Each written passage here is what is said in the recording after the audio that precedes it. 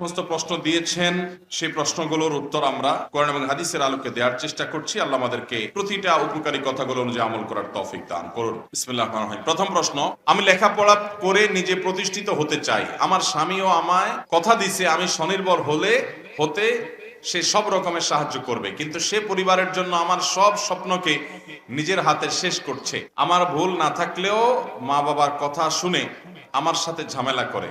এখন আমি সিদ্ধান্ত নিয়েছি আমি তাকে ডিভোর্স দিয়ে নিজে পড়ালেখা করে প্রতিষ্ঠিত হব। আপনি কি বলেন? একজন নারী তিনি অবশ্যই ব্যবসা বাণিজ্য করতে পারেন পর্দার মধ্যে থেকে, তিনি হালাল উপার্জন করতে পারেন পর্দার মধ্যে থেকে, শরীয়তের সীমানার মধ্যে থেকে, কোনো অসুবিধা নাই।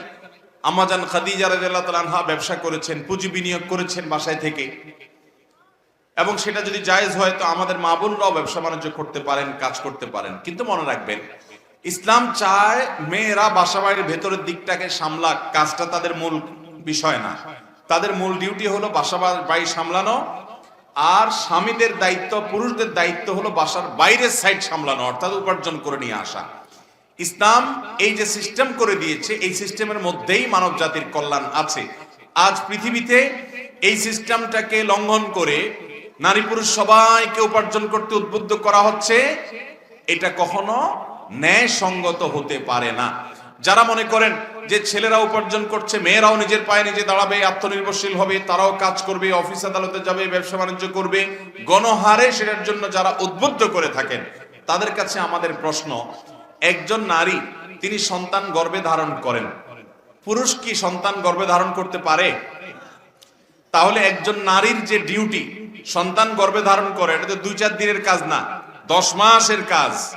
তার যদি সংসারে 2-4টা সন্তান হয় তো জীবনের 4টা বছর তার ইয়াং জীবনের একটা গুরুত্বপূর্ণ সময় চলে যায় এই কষ্টের কাজটা করতে গিয়ে। এই কষ্টের কাজটা কি পুরুষ করে দিতে পারবে? তার স্বামী করে দিতে পারবে? পারবে না।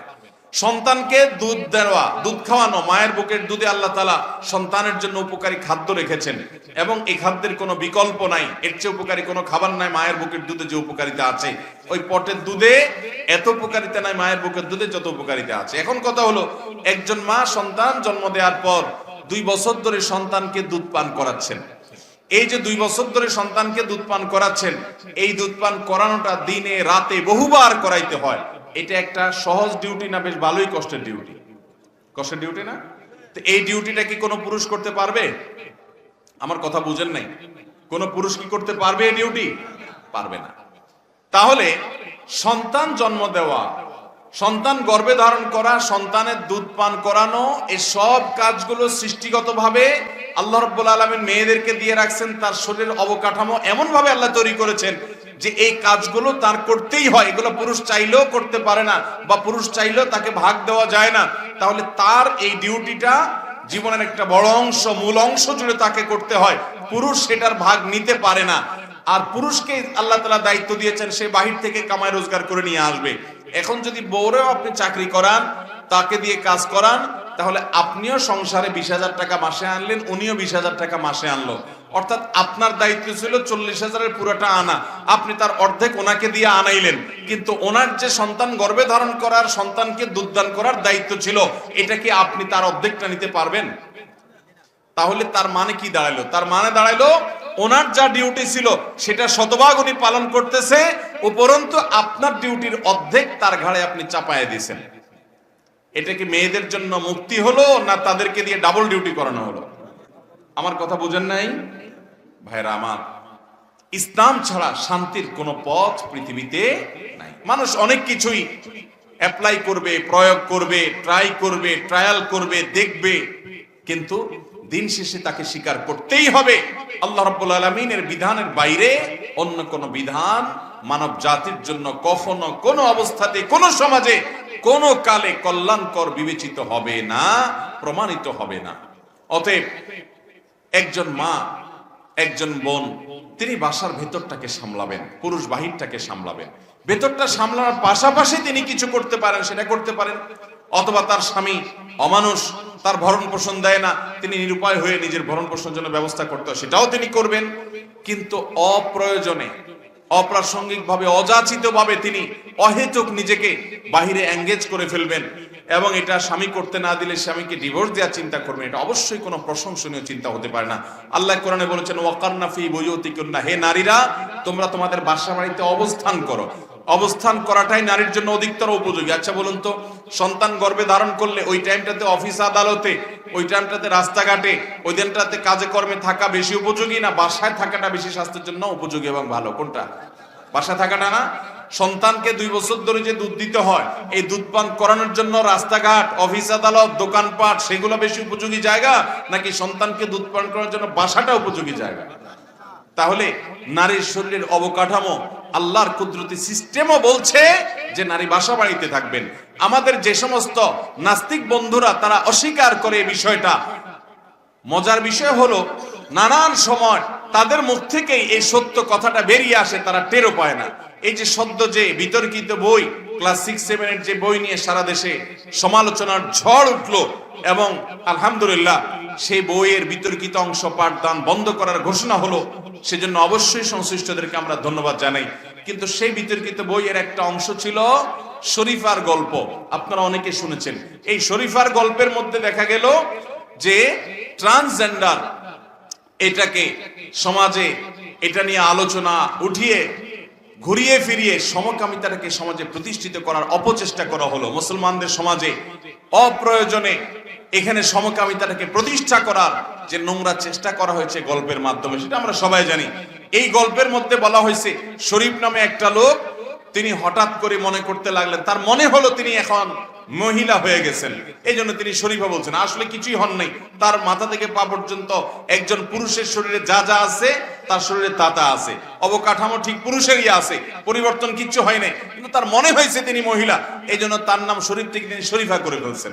আচ্ছা ভালো কথা, এই গল্পের মধ্যে লেখা আছে যে যখন তার মনে হলো তিনি নারী হয়ে গেছেন, তখন থেকে তিনি বাইরে কাজ করা অপছন্দ করতে লাগলেন, তার বাইরের কাজ আর ভালো লাগে না, তখন থেকে মায়ের কাজে সহযোগিতা করতে তার ভালো লাগে।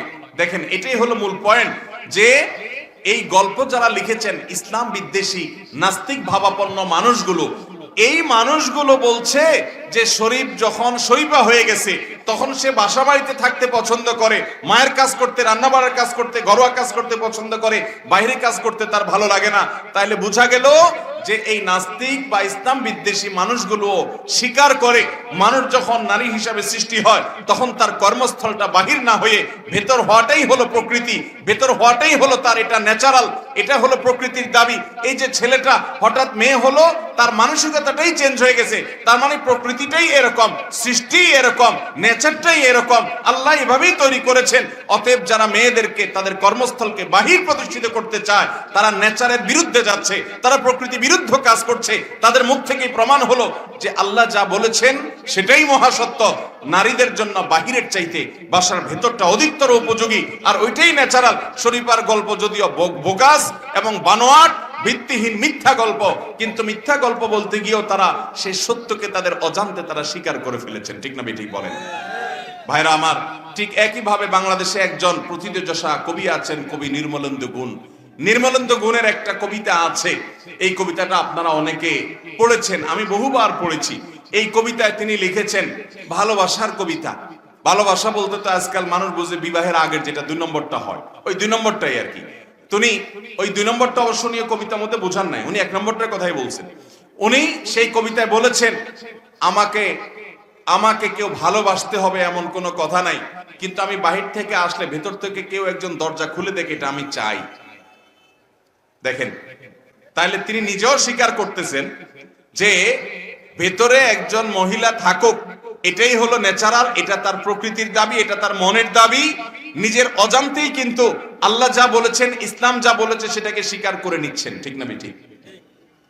কত প্রমাণ লাগবে আপনার কাছে? এই নাস্তিক বন্ধুরা জানে না যে তাদের অজান্তে থলের বিড়াল বের হয়ে যায়, আল্লাহ তাআলার অস্তিত্বের স্বীকৃতি দেয়। এরাও যখন ফান্দে পড়ে যায়, ভূমিকম্প শুরু হয়ে যায়, মুখ দিয়া নিজের অজান্তে আল্লাহ বের হয়ে যায়। আল্লাহ রাব্বুল আলামিন আমাদেরকে এই বিভ্রান্তির বেড়াজাল থেকে বাঁচার তৌফিক দান করুন। আমার যে বোন এই প্রশ্ন করেছেন সেই বোনকে বলবো, আল্লাহ রাব্বুল আলামিনের কাছে যদি আপনি সারেন্ডার করে থাকেন, তার কাছে যদি নিজেকে সমর্পণ করে থাকেন, তো আপনি বাহিরে কাজ করার জন্য তো পাগল পড়া কেন যে আপনি স্বামীকে ডিভোর্স দিয়ে দিবেন, বাহিরে আপনি কাজ করতে পারবেন না সেজন্য।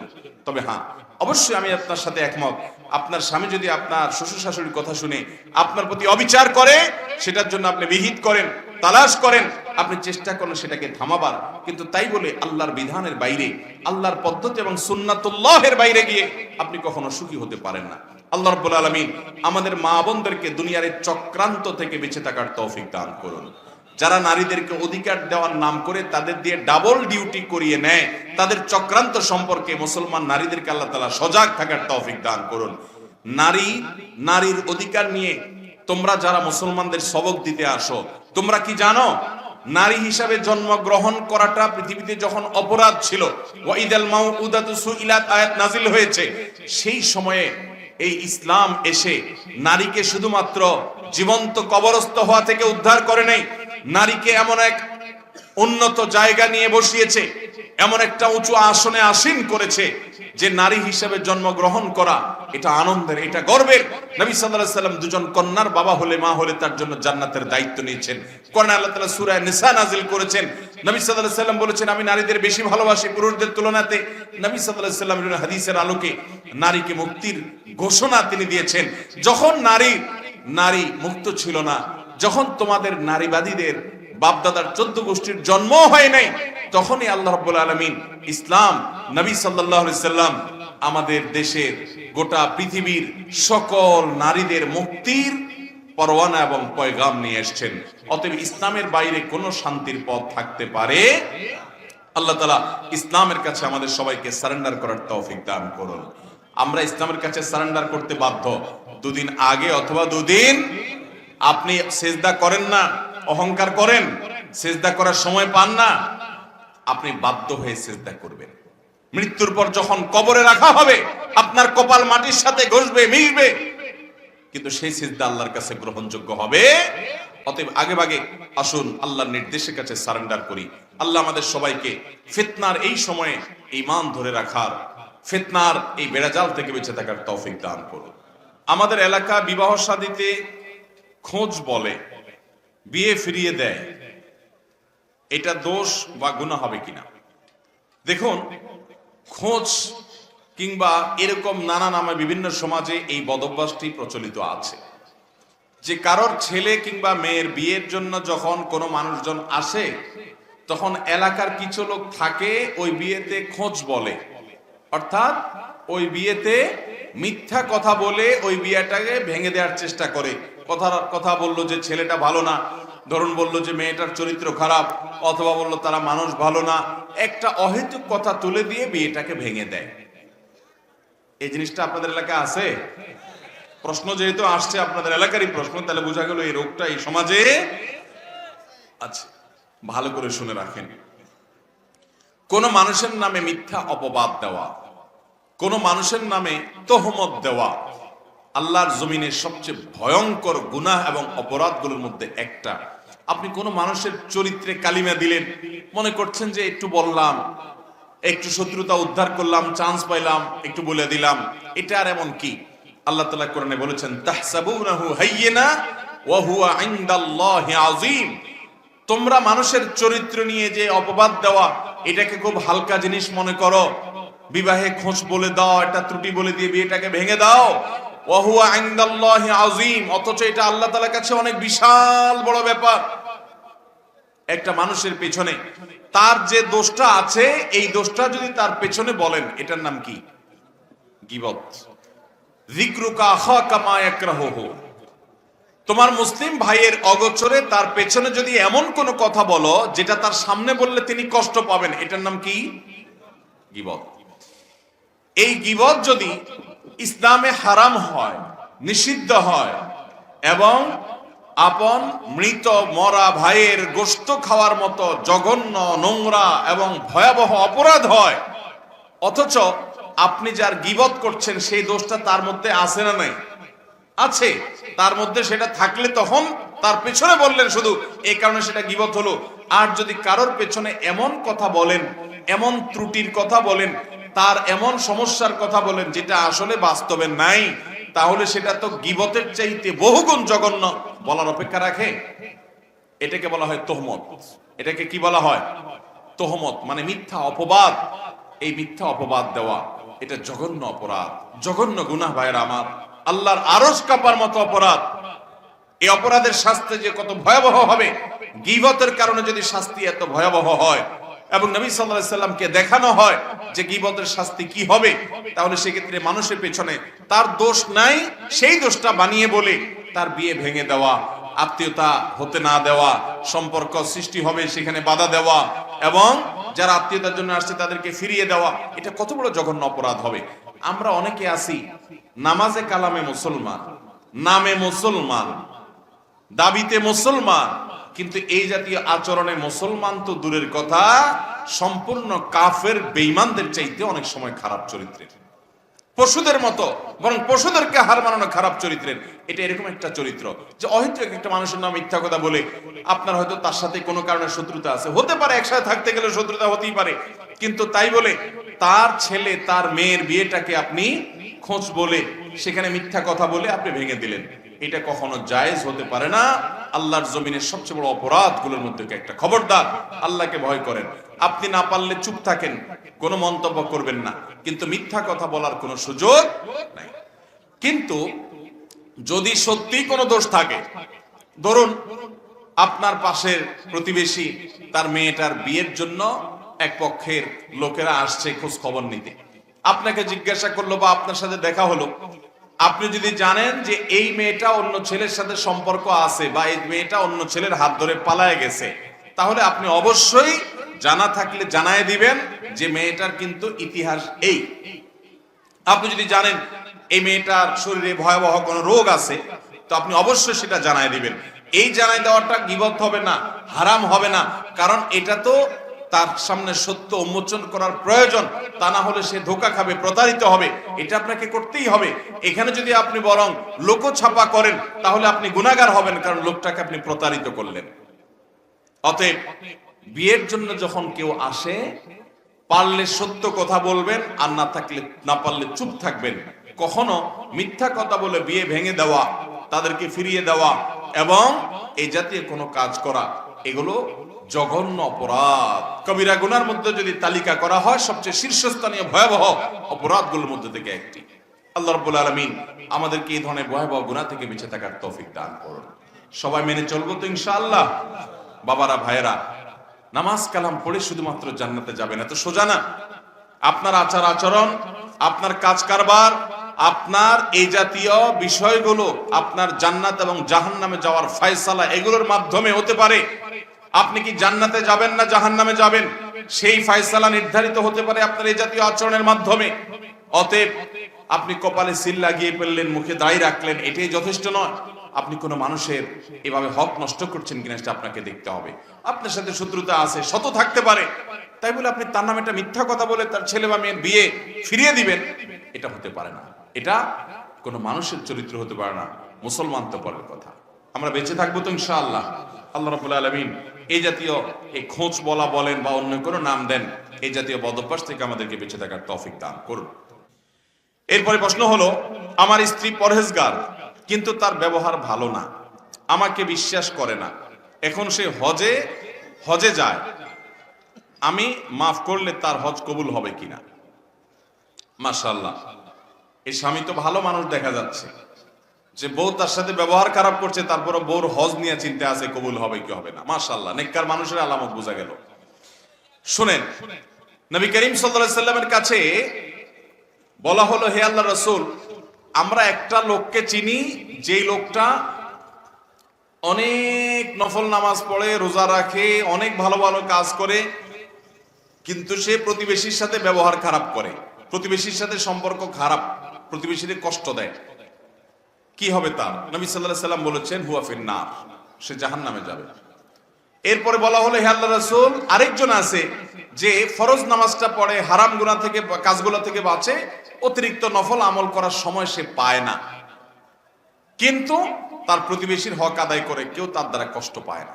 নবী সাল্লাল্লাহু আলাইহি সাল্লাম বলেছেন, হুয়া ফিন্নার, এই ব্যক্তি জান্নাত, এই হুয়া ফিল জান্নাহ, এই ব্যক্তি জান্নাতে যাবে। তাহলে বোঝা গেল আপনার ব্যক্তিগত আচার আচরণ যদি খারাপ হয়, মানুষের হক যদি নষ্ট করেন, আপনার নফল আমল ইবাদত আল্লাহর কাছে গ্রহণযোগ্য হবে। তবে যে বোনের কথা বলা হলো, তিনি সত্যিই যদি তার স্বামীর সাথে ব্যবহার খারাপ করেন, আচরণ খারাপ করেন, তিনি গুনাহগার। স্বামী যদি তাকে মাফ করেন, যে স্বামী প্রশ্ন করেছেন, আপনি যদি মাফ করে দেন তাকে আল্লাহর জন্য, তিনি যদি নিজেকে শুধরে নেন, তাহলে ইনশাআল্লাহ তার হজ এটা অবশ্যই ফলপ্রসূ হতে পারে, এটা অবশ্যই আল্লাহর কাছে মাকবুল হতে পারে, বিশেষ করে আপনি স্বামী হিসেবে যদি তাকে মাফ করে দেন।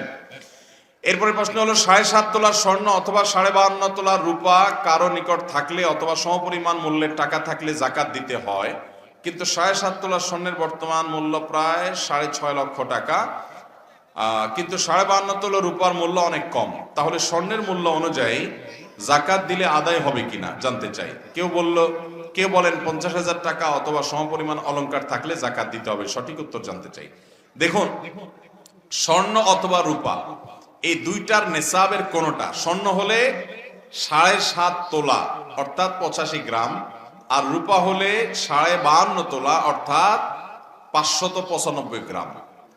এই পরিমাণ স্বর্ণ অথবা রূপা যে কোনো একটার মালিক হলে তার উপরে জাকাত ফরজ। এখন আমাদের যদি নাকের টাকা হয়, এই টাকাটা স্বর্ণেও কনভার্ট হতে পারে, রূপায় কনভার্ট হতে পারে, এই জন্য সর্বনিম্নটা টাচ করলে জাকাত এসে যাবে। যেহেতু রূপার দাম কম, এই জন্য রূপারটা টাচ করলে জাকাত এসে যাবে। আর যদি কারো পিওর স্বর্ণ থাকে, তাহলে সেক্ষেত্রে 7.5 ভরি রাখ পর্যন্ত জাকাত হবে না। কিন্তু স্বর্ণ কিছু আছে, টাকা কিছু আছে, তাহলে দুইটার মূল্য যোগ করে রূপারটা টাচ করলে জাকাত হয়ে যাবে। শুধু স্বর্ণ থাকলে শুধু তখন 7.5 ভরির আগে জাকাত আসবে না। এই বিষয়ে ওলামা ইকরামের তেমন কোনো মত পার্থক্য আছে বলে আমার জানা নাই, যদিও এটা আমাদের অনেকের বুঝে নাও আসতে পারে, কিন্তু মাসআলা এটাই এবং চূড়ান্ত সিদ্ধান্ত এটাই।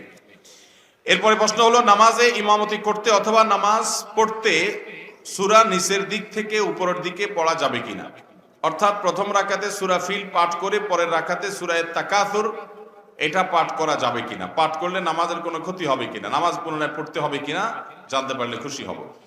নামাজের মধ্যে ধারাবাহিকতা রক্ষা করা সুন্নাহ, অর্থাৎ উপরের দিক থেকে নিচের দিকে আসতে হবে।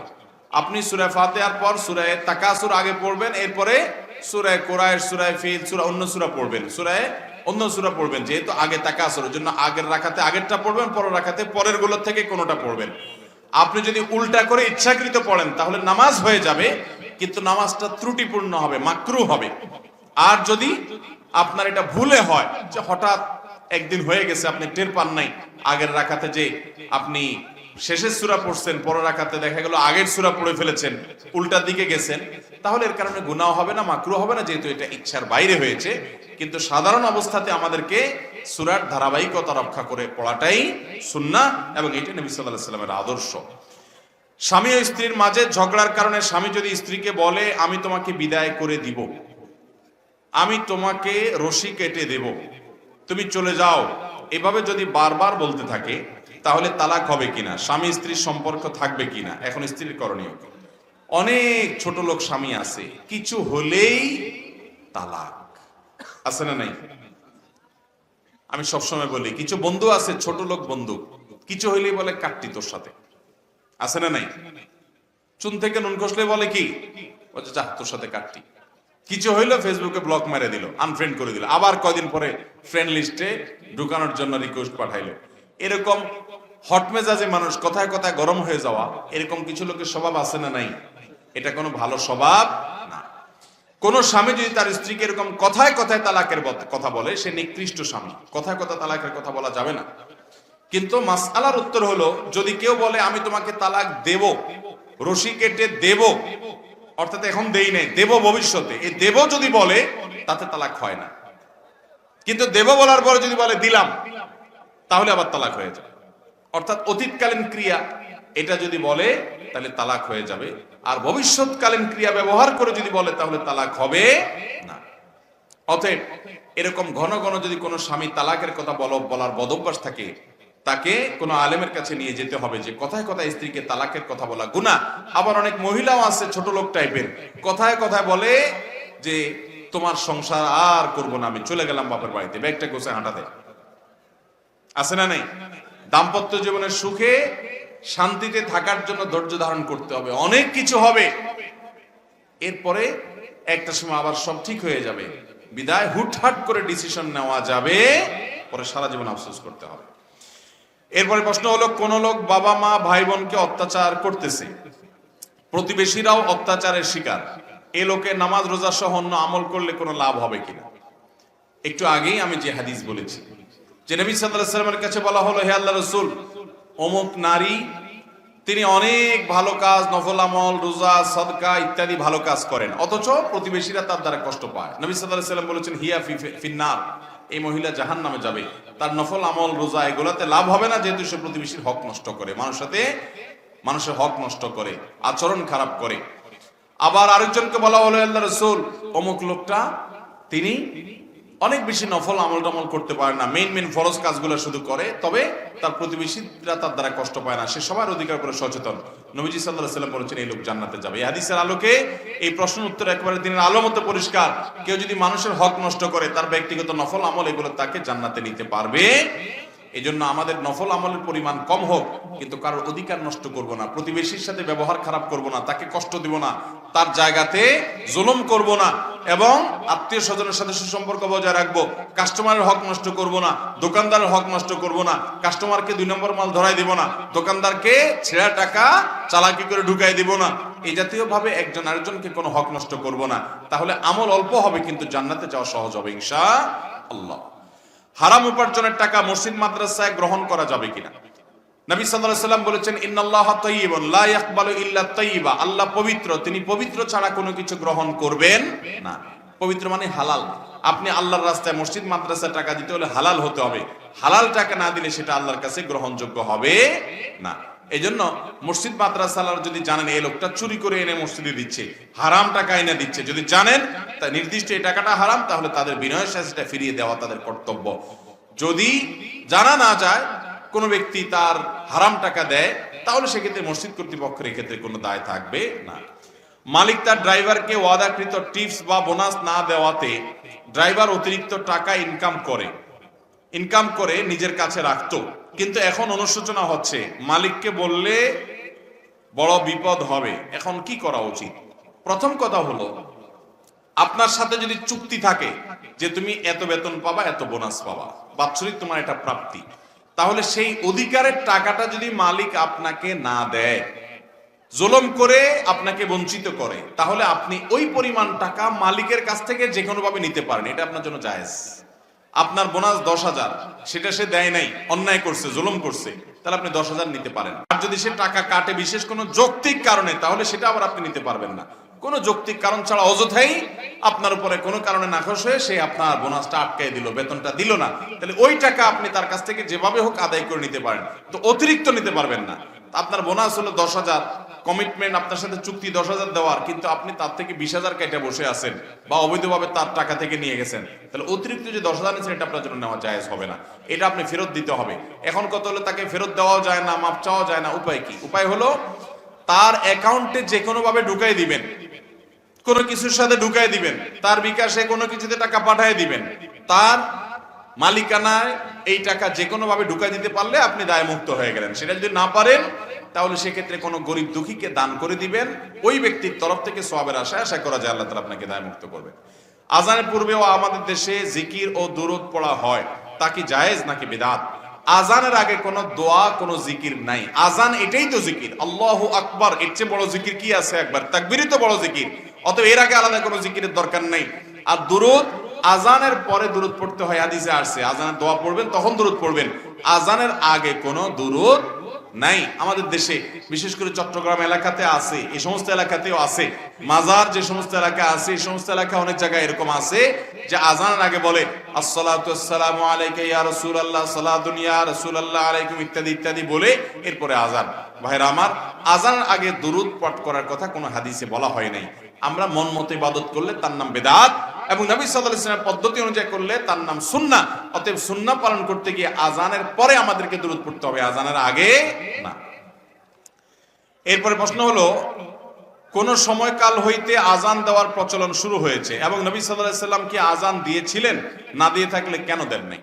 নবী করিম সাল্লাল্লাহু আলাইহি ওয়াসাল্লাম মদিনা হিজরতের পরে জামাতে সাহাবীদেরকে নামাজের জন্য আসার আহ্বান করা হবে, কিভাবে আহ্বান করলে সবাই জানবে যে জামাতের সময় হয়েছে, এটা নিয়ে পরামর্শ হলো। কেউ বলল যে বেল বাজানো হোক, নবী সাল্লাল্লাহু আলাইহি সাল্লাম পছন্দ করলেন না, যে এটা অন্য ধর্মাবলম্বীরা করে তাদের সাথে মিলে।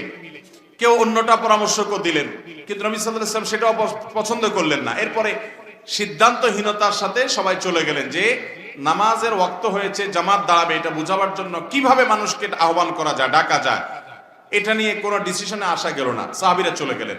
তখন একজন সাহাবী তিনি স্বপ্নে দেখলেন এই আজানটা, আল্লাহু আকবার, আল্লাহু আকবার থেকে নিয়ে লা ইলাহা ইল্লাল্লাহ পর্যন্ত। তিনি এসে নবী সাল্লাল্লাহু আলাইহি সাল্লামকে বলেন, হে আল্লাহর রাসূল, আমি স্বপ্নে দেখেছি যে এই বাক্যগুলো পাঠ করছি মানুষকে আজানের জন্য ডাকার প্রয়োজনে।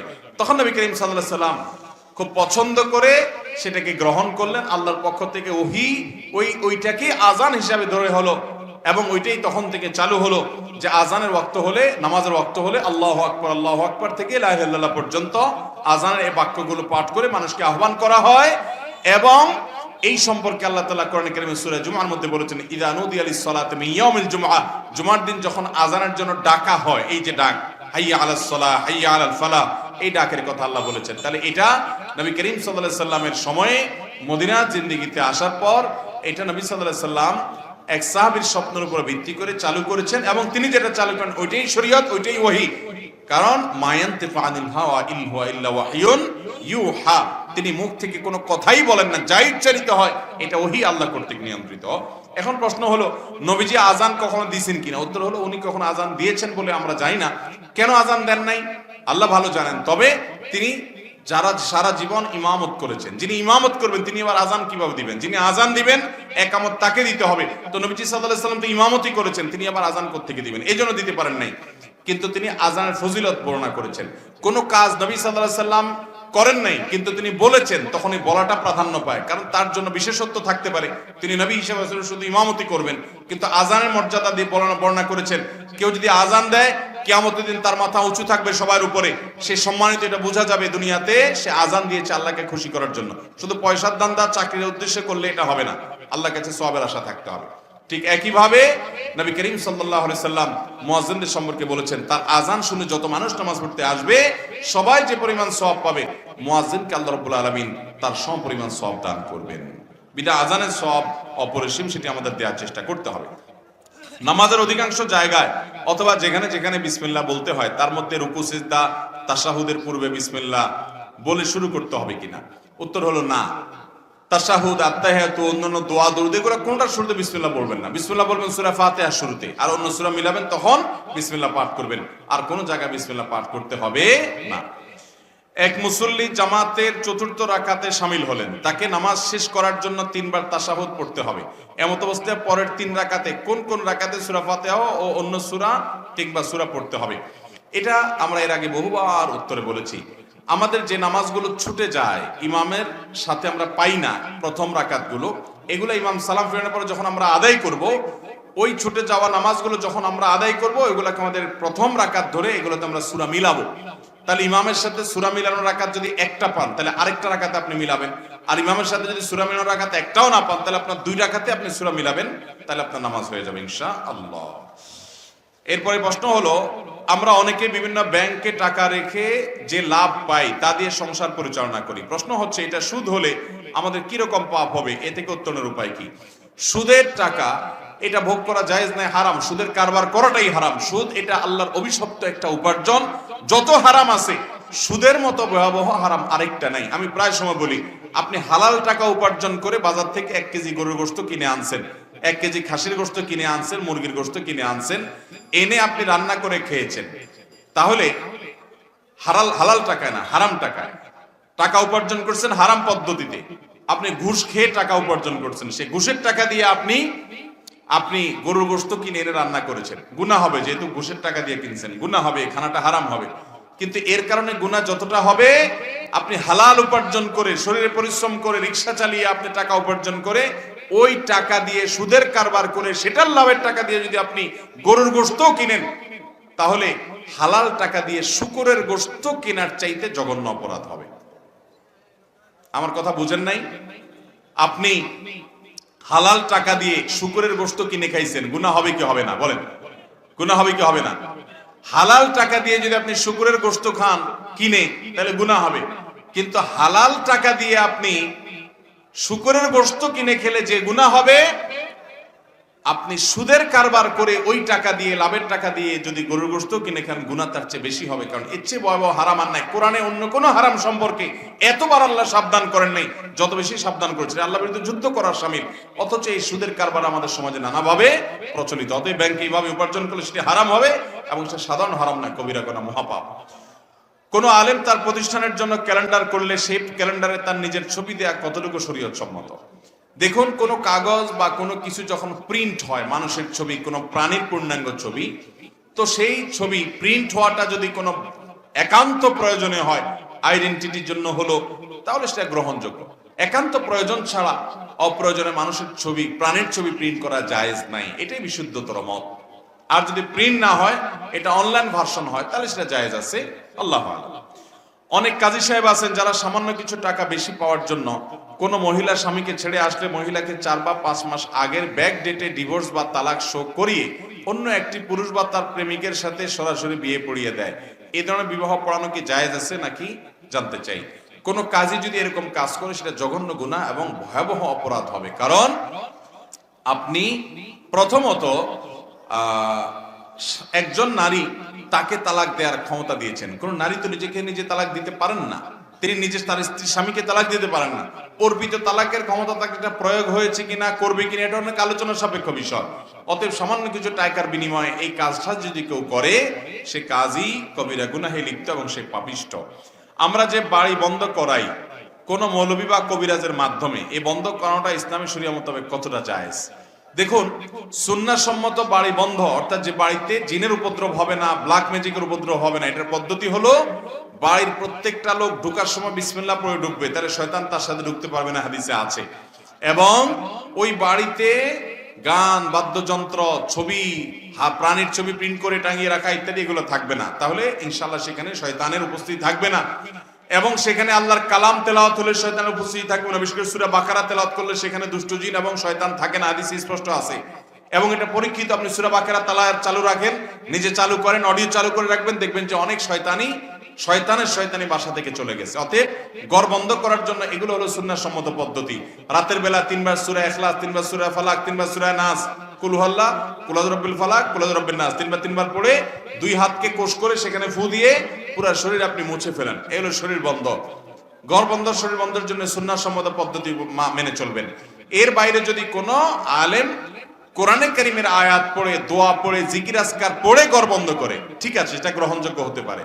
কিন্তু দেখা যায় বিভিন্ন রকমের শিরকি কাজ কাম করে এবং শয়তানের কাছে আশ্রয় নেওয়া হয়। অনেক বাড়ির সামনে, অনেক ঘরের সামনে দেখা যায়, এখন এগুলো অবশ্য কমে গেছে, এক সময় দেখা যেত গরুর 2টা শিং রাখা আছে না নেই? এগুলো শিরক, এর কারণে ঈমান চলে যেতে পারে। খুব ভয়াবহ একটা বিষয়। এই শিং আপনাকে কিভাবে সেভ করবে? বরং এই শিংয়ের কারণে শয়তান আরো বেশি আসার সম্ভাবনা আছে। অতএব বিশেষ করে শয়তান পূজারীরা এই জাতীয় জিনিসপত্র রাখে অনেক বেশি। যারা লুসিফার পূজা করে, শয়তান পূজা করে, এই শয়তান পূজারীরা গরুর শিং, গরুর আপনার মাথার খুলি, এই জাতীয় এগুলাকে নিয়ে তারা পুজো করে এবং শয়তানের পাওয়ার তখন তারা পায়। তো এগুলো ঈমান যাওয়ার মতো বিষয়, এগুলো করা যাবে না। ঈমানদার দোয়া দুরূদ পড়বে, জিকির আজকার করবে, আল্লাহর কালাম তেলাওয়াত করবে, আজান দিবে, এর মাধ্যমে ঘর বন্ধ, শরীর বন্ধ সব হবে ইনশাআল্লাহ। এর বাইরে আপনার ওই মুরগি জবাই করে তার রক্ত দিলেন, ছাগল জবাই করে এর রক্ত দিলেন, এটা প্যারাক পুতলেন, ওখানে আপনার গরুর খুলি দিলেন, ওখানে গরুর শিং চুলায় রাখলেন এবং অনেক কিছু এরকম কাজ করলেন, সেগুলো শিরকি কর্মকাণ্ড, এগুলো করা যাবে না। আমার প্রতিবেশী যদি ইচ্ছাকৃতভাবে আমার সাথে দেখা কথা না বলে, তাহলে আমার আমল কি কবুল হবে?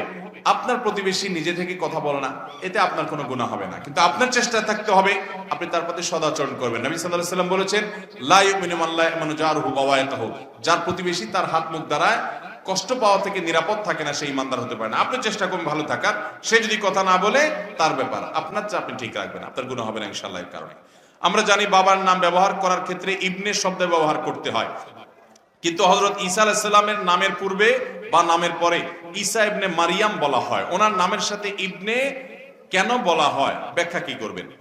দেখুন, ইবনুন মানে ছেলে। অতএব যদি কেউ মায়ের নামকে যুক্ত করে এরকম বলে যে কথার কথা আব্দুল্লাহ ইবনে মারিয়াম, মানে মারিয়ামের ছেলে আব্দুল্লাহ, তো সেটাও চলে, বিশেষ করে যদি তার বাবার না থাকে। এটা একমাত্র ঘটেছে ঈসা আলাইহিস সালামের ক্ষেত্রে, যে আল্লাহ তাআলা তাকে বাবা ছাড়া দুনিয়াতে সৃষ্টি করেছেন, পাঠিয়েছেন, এই জন্য তিনি মায়ের দিকে সম্বন্ধ হয়েছেন যে মারিয়ামের ছেলে। বাকি সবাই সাধারণত সচরাচর সম্বন্ধ হবেন বাপের দিকে। অতএব ইবনুন এটা বলা হবে মূলত তার বাপের নামের আগে, যে অমুক ইবনে অমুক। কিন্তু ঈসা আলাইহিস সালামেরটা মায়ের নামের আগে হয়েছে, যেহেতু তার বাবা ছাড়া আল্লাহ তাআলা তাকে পাঠিয়েছেন। হজ করা কাদের উপরে ফরজ?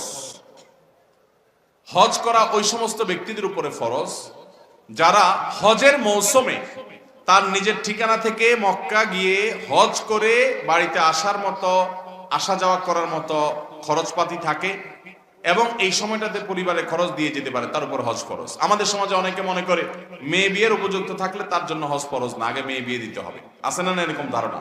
এটা ভুল ধারণা। মেয়ে বিয়ের উপযুক্ত হোক, ছেলে বিয়ের উপযুক্ত হোক, এগুলোর সাথে হজের কোনো সম্পর্ক। আবার অনেকে বলে যে হজ করতে হয় বুড়ো বয়সে, জোয়ান বয়সে হজ করতে হয় না, কারণ জোয়ান বয়সে হজ করলে নাকি হজ ধরে রাখা যায় না। আসেনি এই সমস্ত জাল হাদিস আমাদের দেশে? জোয়ান বয়সে হজ করলে বলে হজ ধরে রাখা, হজ আবার ধরে রাখে কেমনে? অনেকে বলে যে না, জোয়ান বয়সে হজ করা উচিত না, কারণ হজ করলে অনেক আকাম কুকাম আর করা যায় না, এই জন্য সব আকাম কুকাম করে নিয়ে বুড়ো বয়সে হজ করবে। আমি বলি হজ করলে আর আকাম কুকাম করা যায় না, এটা কোথায় পেয়েছেন আপনারা? কোথায় আছে যে হজ করলে আকাম কুকাম করা যায় না? কোথাও না এরকম কোনো কথা। বরং আকাম কুরাম হজ করলেও করা যাবে না, হজ না করলেও করা যাবে, এর সাথে হজের কোনো সম্পর্ক নাই। জোয়ান বয়সে বরং হজ করা ভালো, কারণ হজ এটা জিহাদ সমতুল্য, কষ্টের একটা কাজ। নারীদের জন্য জিহাদ বলা হয়েছে, অনেক কষ্টের কাজ। আমাদের দেশ থেকে অনেক মুরব্বী চাচারা হজে যায়, কোন রকম মক্কা মদিনায় ঘুরে চলে আসে, হজ হয় না, বোম্বাই হাজি হয়। বোম্বাই হাজি চিনেন? এক সময় মানুষ যখন পানিপথে হজে যাইতো, দিল্লিতে একটা মসজিদে গিয়া অবস্থান নিত, সেই মসজিদে আমি গিয়েছি, যাওয়ার সুযোগ হয়েছে। তো অনেক সময় দেখা যাইত মুম্বাই পর্যন্ত যাইতে যাইতে অনেক দূর, তো হাঁটা, একবার বাহন, একবার আপনার ইয়েতে জাহাজে, অসুস্থ হয়ে যেত অনেকদিন ধরে। অনেকে যারা অসুস্থ হয়ে যেত, বেশি অসুস্থ, যে এদেরকে নিয়ে যেতে গেলে মুম্বাই থেকে সাগর পাড়ি দিয়ে সৌদি আরব যায় হজ করবে, এই পাড়ি দিতে যদি মারা যায় তো দাফন করার জায়গাও থাকবে না। এই জন্য অনেক সময় অসুস্থ মানুষগুলাকে মুম্বাইতে রেখে হাজি সাহেবদের কাফেলা চলে যেত মক্কায় গিয়ে ওনারা হজ করে আসার সময় যদি বেঁচে থাকতো এদেরকে দেশে নিয়ে আসতো, আর মরে গেলে তো দাফন দিয়ে দিত।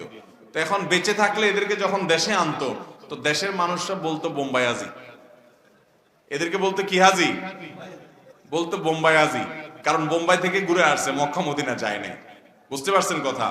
তো এই জাতীয় আমাদের সমাজে অনেকে আছেন যে মক্কা মদিনা বুড়া বয়সে যান, বোম্বাই হাজির মতো মক্কা মদিনা হাজি হয়ে আসেন, আসল হজ হয় না, কারণ বুঝে না, তো আরাফাতে অবস্থান বুঝে না, ফরজ বুঝে না, ওয়াজিব বুঝে না, কষ্ট হয়, পারে না। এই জন্য জোয়ান বয়সে বরং হজ করা অধিকতর উত্তম। এরপরে প্রশ্ন হলো, আমি একজন নবমুসলিম, আমি গত 1 বছর আগে ইসলাম গ্রহণ করেছি, আলহামদুলিল্লাহ, আমার বয়স 24 বছর। আমি আর্থিক সমস্যার কারণে পরিবারের সাথে থাকি এবং খাবার পরিবারের সাথে খাই, এটা কি জায়েজ হবে? আমার পরিবার এর সবাই মেনে নিয়েছে, আমার মতো করে আমাকে ইসলাম পালন করতে দেয়, কোনো সমস্যা হয় না, দয়া করে আমাকে কিছু নসিহা করুন। ভাই আব্দুল্লাহ উনি লিখেছেন, একজন নবমুসলিম ভাই। খুবই ভালো লাগলো আপনার প্রশ্ন পড়ে ভাই। আল্লাহ রাব্বুল আলামিন আমাদের ভাইকে ইসলামের উপরে, ঈমানের উপরে অটল অবিচল থাকার তৌফিক দান করুন, বলুন আমিন। যদি কোন মানুষ অন্য ধর্ম থেকে ইসলামে আসেন, ইসলামের সত্যতা উপলব্ধি করার পর আলহামদুলিল্লাহ, আহলান ওয়া সাহলান, মোস্ট ওয়েলকাম ইসলামে তাকে। তার যদি বাবা মার সাথে তিনি বসবাস করেন, ইসলামের দৃষ্টিতে কোনো নিষেধ নাই। তিনি বাবা মার সাথে শুধু বাবা মা কিছু হারাম কিছু খাওয়াতে চাইলে সেটা উনি খাবেন না, হালাল কিছু বাবা মাকেও খাওয়াবেন, বাবা মা থেকেও খেতে পারেন, তাদের সাথে যৌথভাবে বসবাস করতে অসুবিধা নাই। বিশেষ করে সেখানে যদি তার ধর্ম পালনে, ইসলাম পালনে, নামাজ কালাম ইত্যাদিতে বাধা সৃষ্টি না হয়, তাদের সাথে থাকাতে কোনো সমস্যা নাই, বরং বাবা মার সাথে আরো সুন্দর আচরণ করতে হবে। আল্লাহ বলেছেন, ও সাহিবহুমা ফিদ দুনিয়া মারুফা, তোমার বাবা মা যদি অমুসলমান হয় দুনিয়াতে তাদের সাথে সুন্দরভাবে বসবাস করবা এবং তাদের সাথে সুন্দরভাবে সঙ্গ দিবা, তাহলে বোঝা গেল তাদের সাথে থাকতে ইসলাম নিষেধ করে না। বর্তমানে যারা জমির ব্যবসা করে, অর্থাৎ দালালি ব্যবসা, ইসলামের শরীয়ত মোতাবেক এই ব্যবসা কতটুকু হালাল? দালালি ব্যবসা যেটাকে আপনারা বলতেছেন, এটা ইসলামে কতটুকু হালাল? যদি দালালি ব্যবসাটা এরকম হয় যে আপনি নিজে থেকে জমি খোঁজ করলেন, আরেকজনকে সন্ধান দিলেন, কাগজপত্র চেক টেক করে দিলেন, তাহলে সেক্ষেত্রে তিনি খুশি হয়ে কিছু দিলেন, এটা আপনার জন্য জায়েজ। আরেকটা পদ্ধতি হলো, আপনি একটা জমি দেখলেন, দেখে জমিওয়ালাকে বললেন আপনার এই জমিটা আমি এত টাকা করে বিক্রি করে দিব, এটা আমার দায়িত্ব।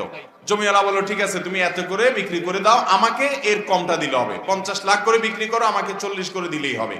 এরপরে উনি ওইটা দেখে 50 করে বিক্রি করলেন, তাহলে অতিরিক্ত যেটা নিবেন সেটা তার জন্য জায়েজ হবে, যেহেতু তিনি মধ্যস্থতা করে নিয়েছেন, মিথ্যা কথা বলেন নাই।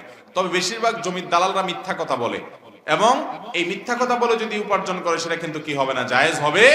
আবার অনেক জমির দালালরা আছে দুই দিক থেকে খায়, সেটাও কিন্তু জায়েজ নাই। দুই দিক থেকে কিভাবে? যিনি ক্রেতা তাকে বলে ভাই এটা আপনার জন্য আমি নিয়ে দিচ্ছি, আমি নিতে 50 লাখ দিয়ে নেব, আমাকে আপনি 5 লাখ করে বাড়াই দিয়েন, আমি লাভ যেহেতু করব না, তো তার কাছ থেকে 5 লাখ খায়। এদিকে জমিওয়ালারে বলে কি যে আমি এটা 40 লাখ করে বিক্রি করব, 50 লাখ করে বিক্রি করবো, আপনি 40 পাবেন, আমাকে 10 লাভ দিবেন। তো দুই দিক থেকে লাভ খায়, এটা কি হবে না, জায়েজ হবে না। এরপরে প্রশ্ন হলো, নারীদের সঠিক পর্দার নিয়ম জানতে চাই। নারীরা কিভাবে সঠিকভাবে পর্দা করবেন? তার সকল সৌন্দর্যকে তিনি ঢেকে চলবেন। আল্লাহ বলেছেন ওয়ালা ইউবদিনা যিনাতাহুন্না ইল্লা মা যাহারা মিনহা।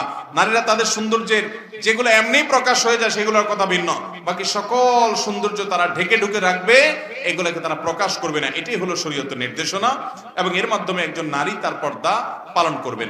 তিনি কোনো পুরুষের সাথে প্রয়োজন ছাড়া কথা বলবেন না, প্রয়োজনে কথা বলতে গেলে কণ্ঠকে কোমল করবেন না, এটা হলো তার পর্দা। এবং তার পর্দার অংশ হিসেবে এমন বোরকা পরবেন না, এমন পোশাক পরবেন না যেটা দ্বারা তার শরীর অঙ্গ প্রত্যঙ্গ ফুটে ওঠে কিংবা প্রকাশিত হয় কিংবা অন্যের দৃষ্টিকে আরো বেশি আকৃষ্ট করে, তার পর্দা হবে না। এরপরে প্রশ্ন হলো, কিছু পুরুষ আছে যারা স্ত্রীর কথায় উঠে বসে, এমনকি পুরুষের বাসার অথবা ব্যবসায়িক কাজে ব্যস্ত থাকে, এবং মহিলারা বাজারে এসে বাজার করে, স্কুলে বাচ্চা নিয়ে এসে ঘন্টার পর ঘন্টা আড্ডাবাজি করে। সেই পুরুষ ও মহিলাদের পরকাল সম্পর্কে জানতে চাই। ভাইরা আমার, বইয়ের কথা শুনে যারা, যে সমস্ত পুরুষরা, এরা ভালো না খারাপ? একজনকে ভালো। আচ্ছা আবার জিজ্ঞেস করি, যে সমস্ত পুরুষরা বইয়ের কথা চলাফেরা করে সবসময়, বইয়ের কথা শুনে যারা, এই পুরুষগুলা কি ভালো না খারাপ? সবাই খারাপ বলতেছে। বউ যদি ভালো কথা বলে আর সে ভালো কথা যদি পুরুষে শুনে, তাহলেও খারাপ? তাহলে কেমনে খারাপ বললেন আপনারা?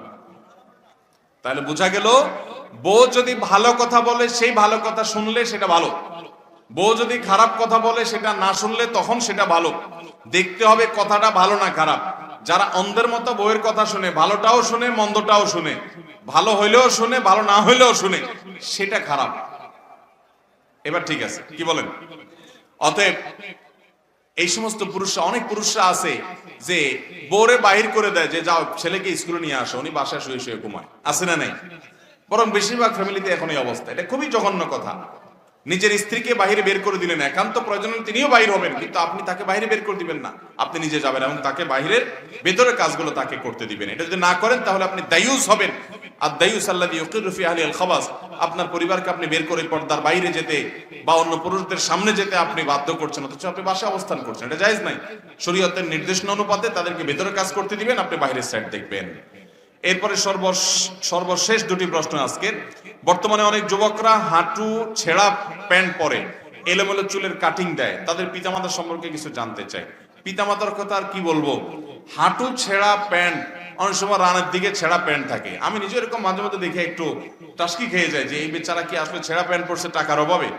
পরে ভালো করে টাকা দেখলে মনে হয় না এটা ফ্যাশন।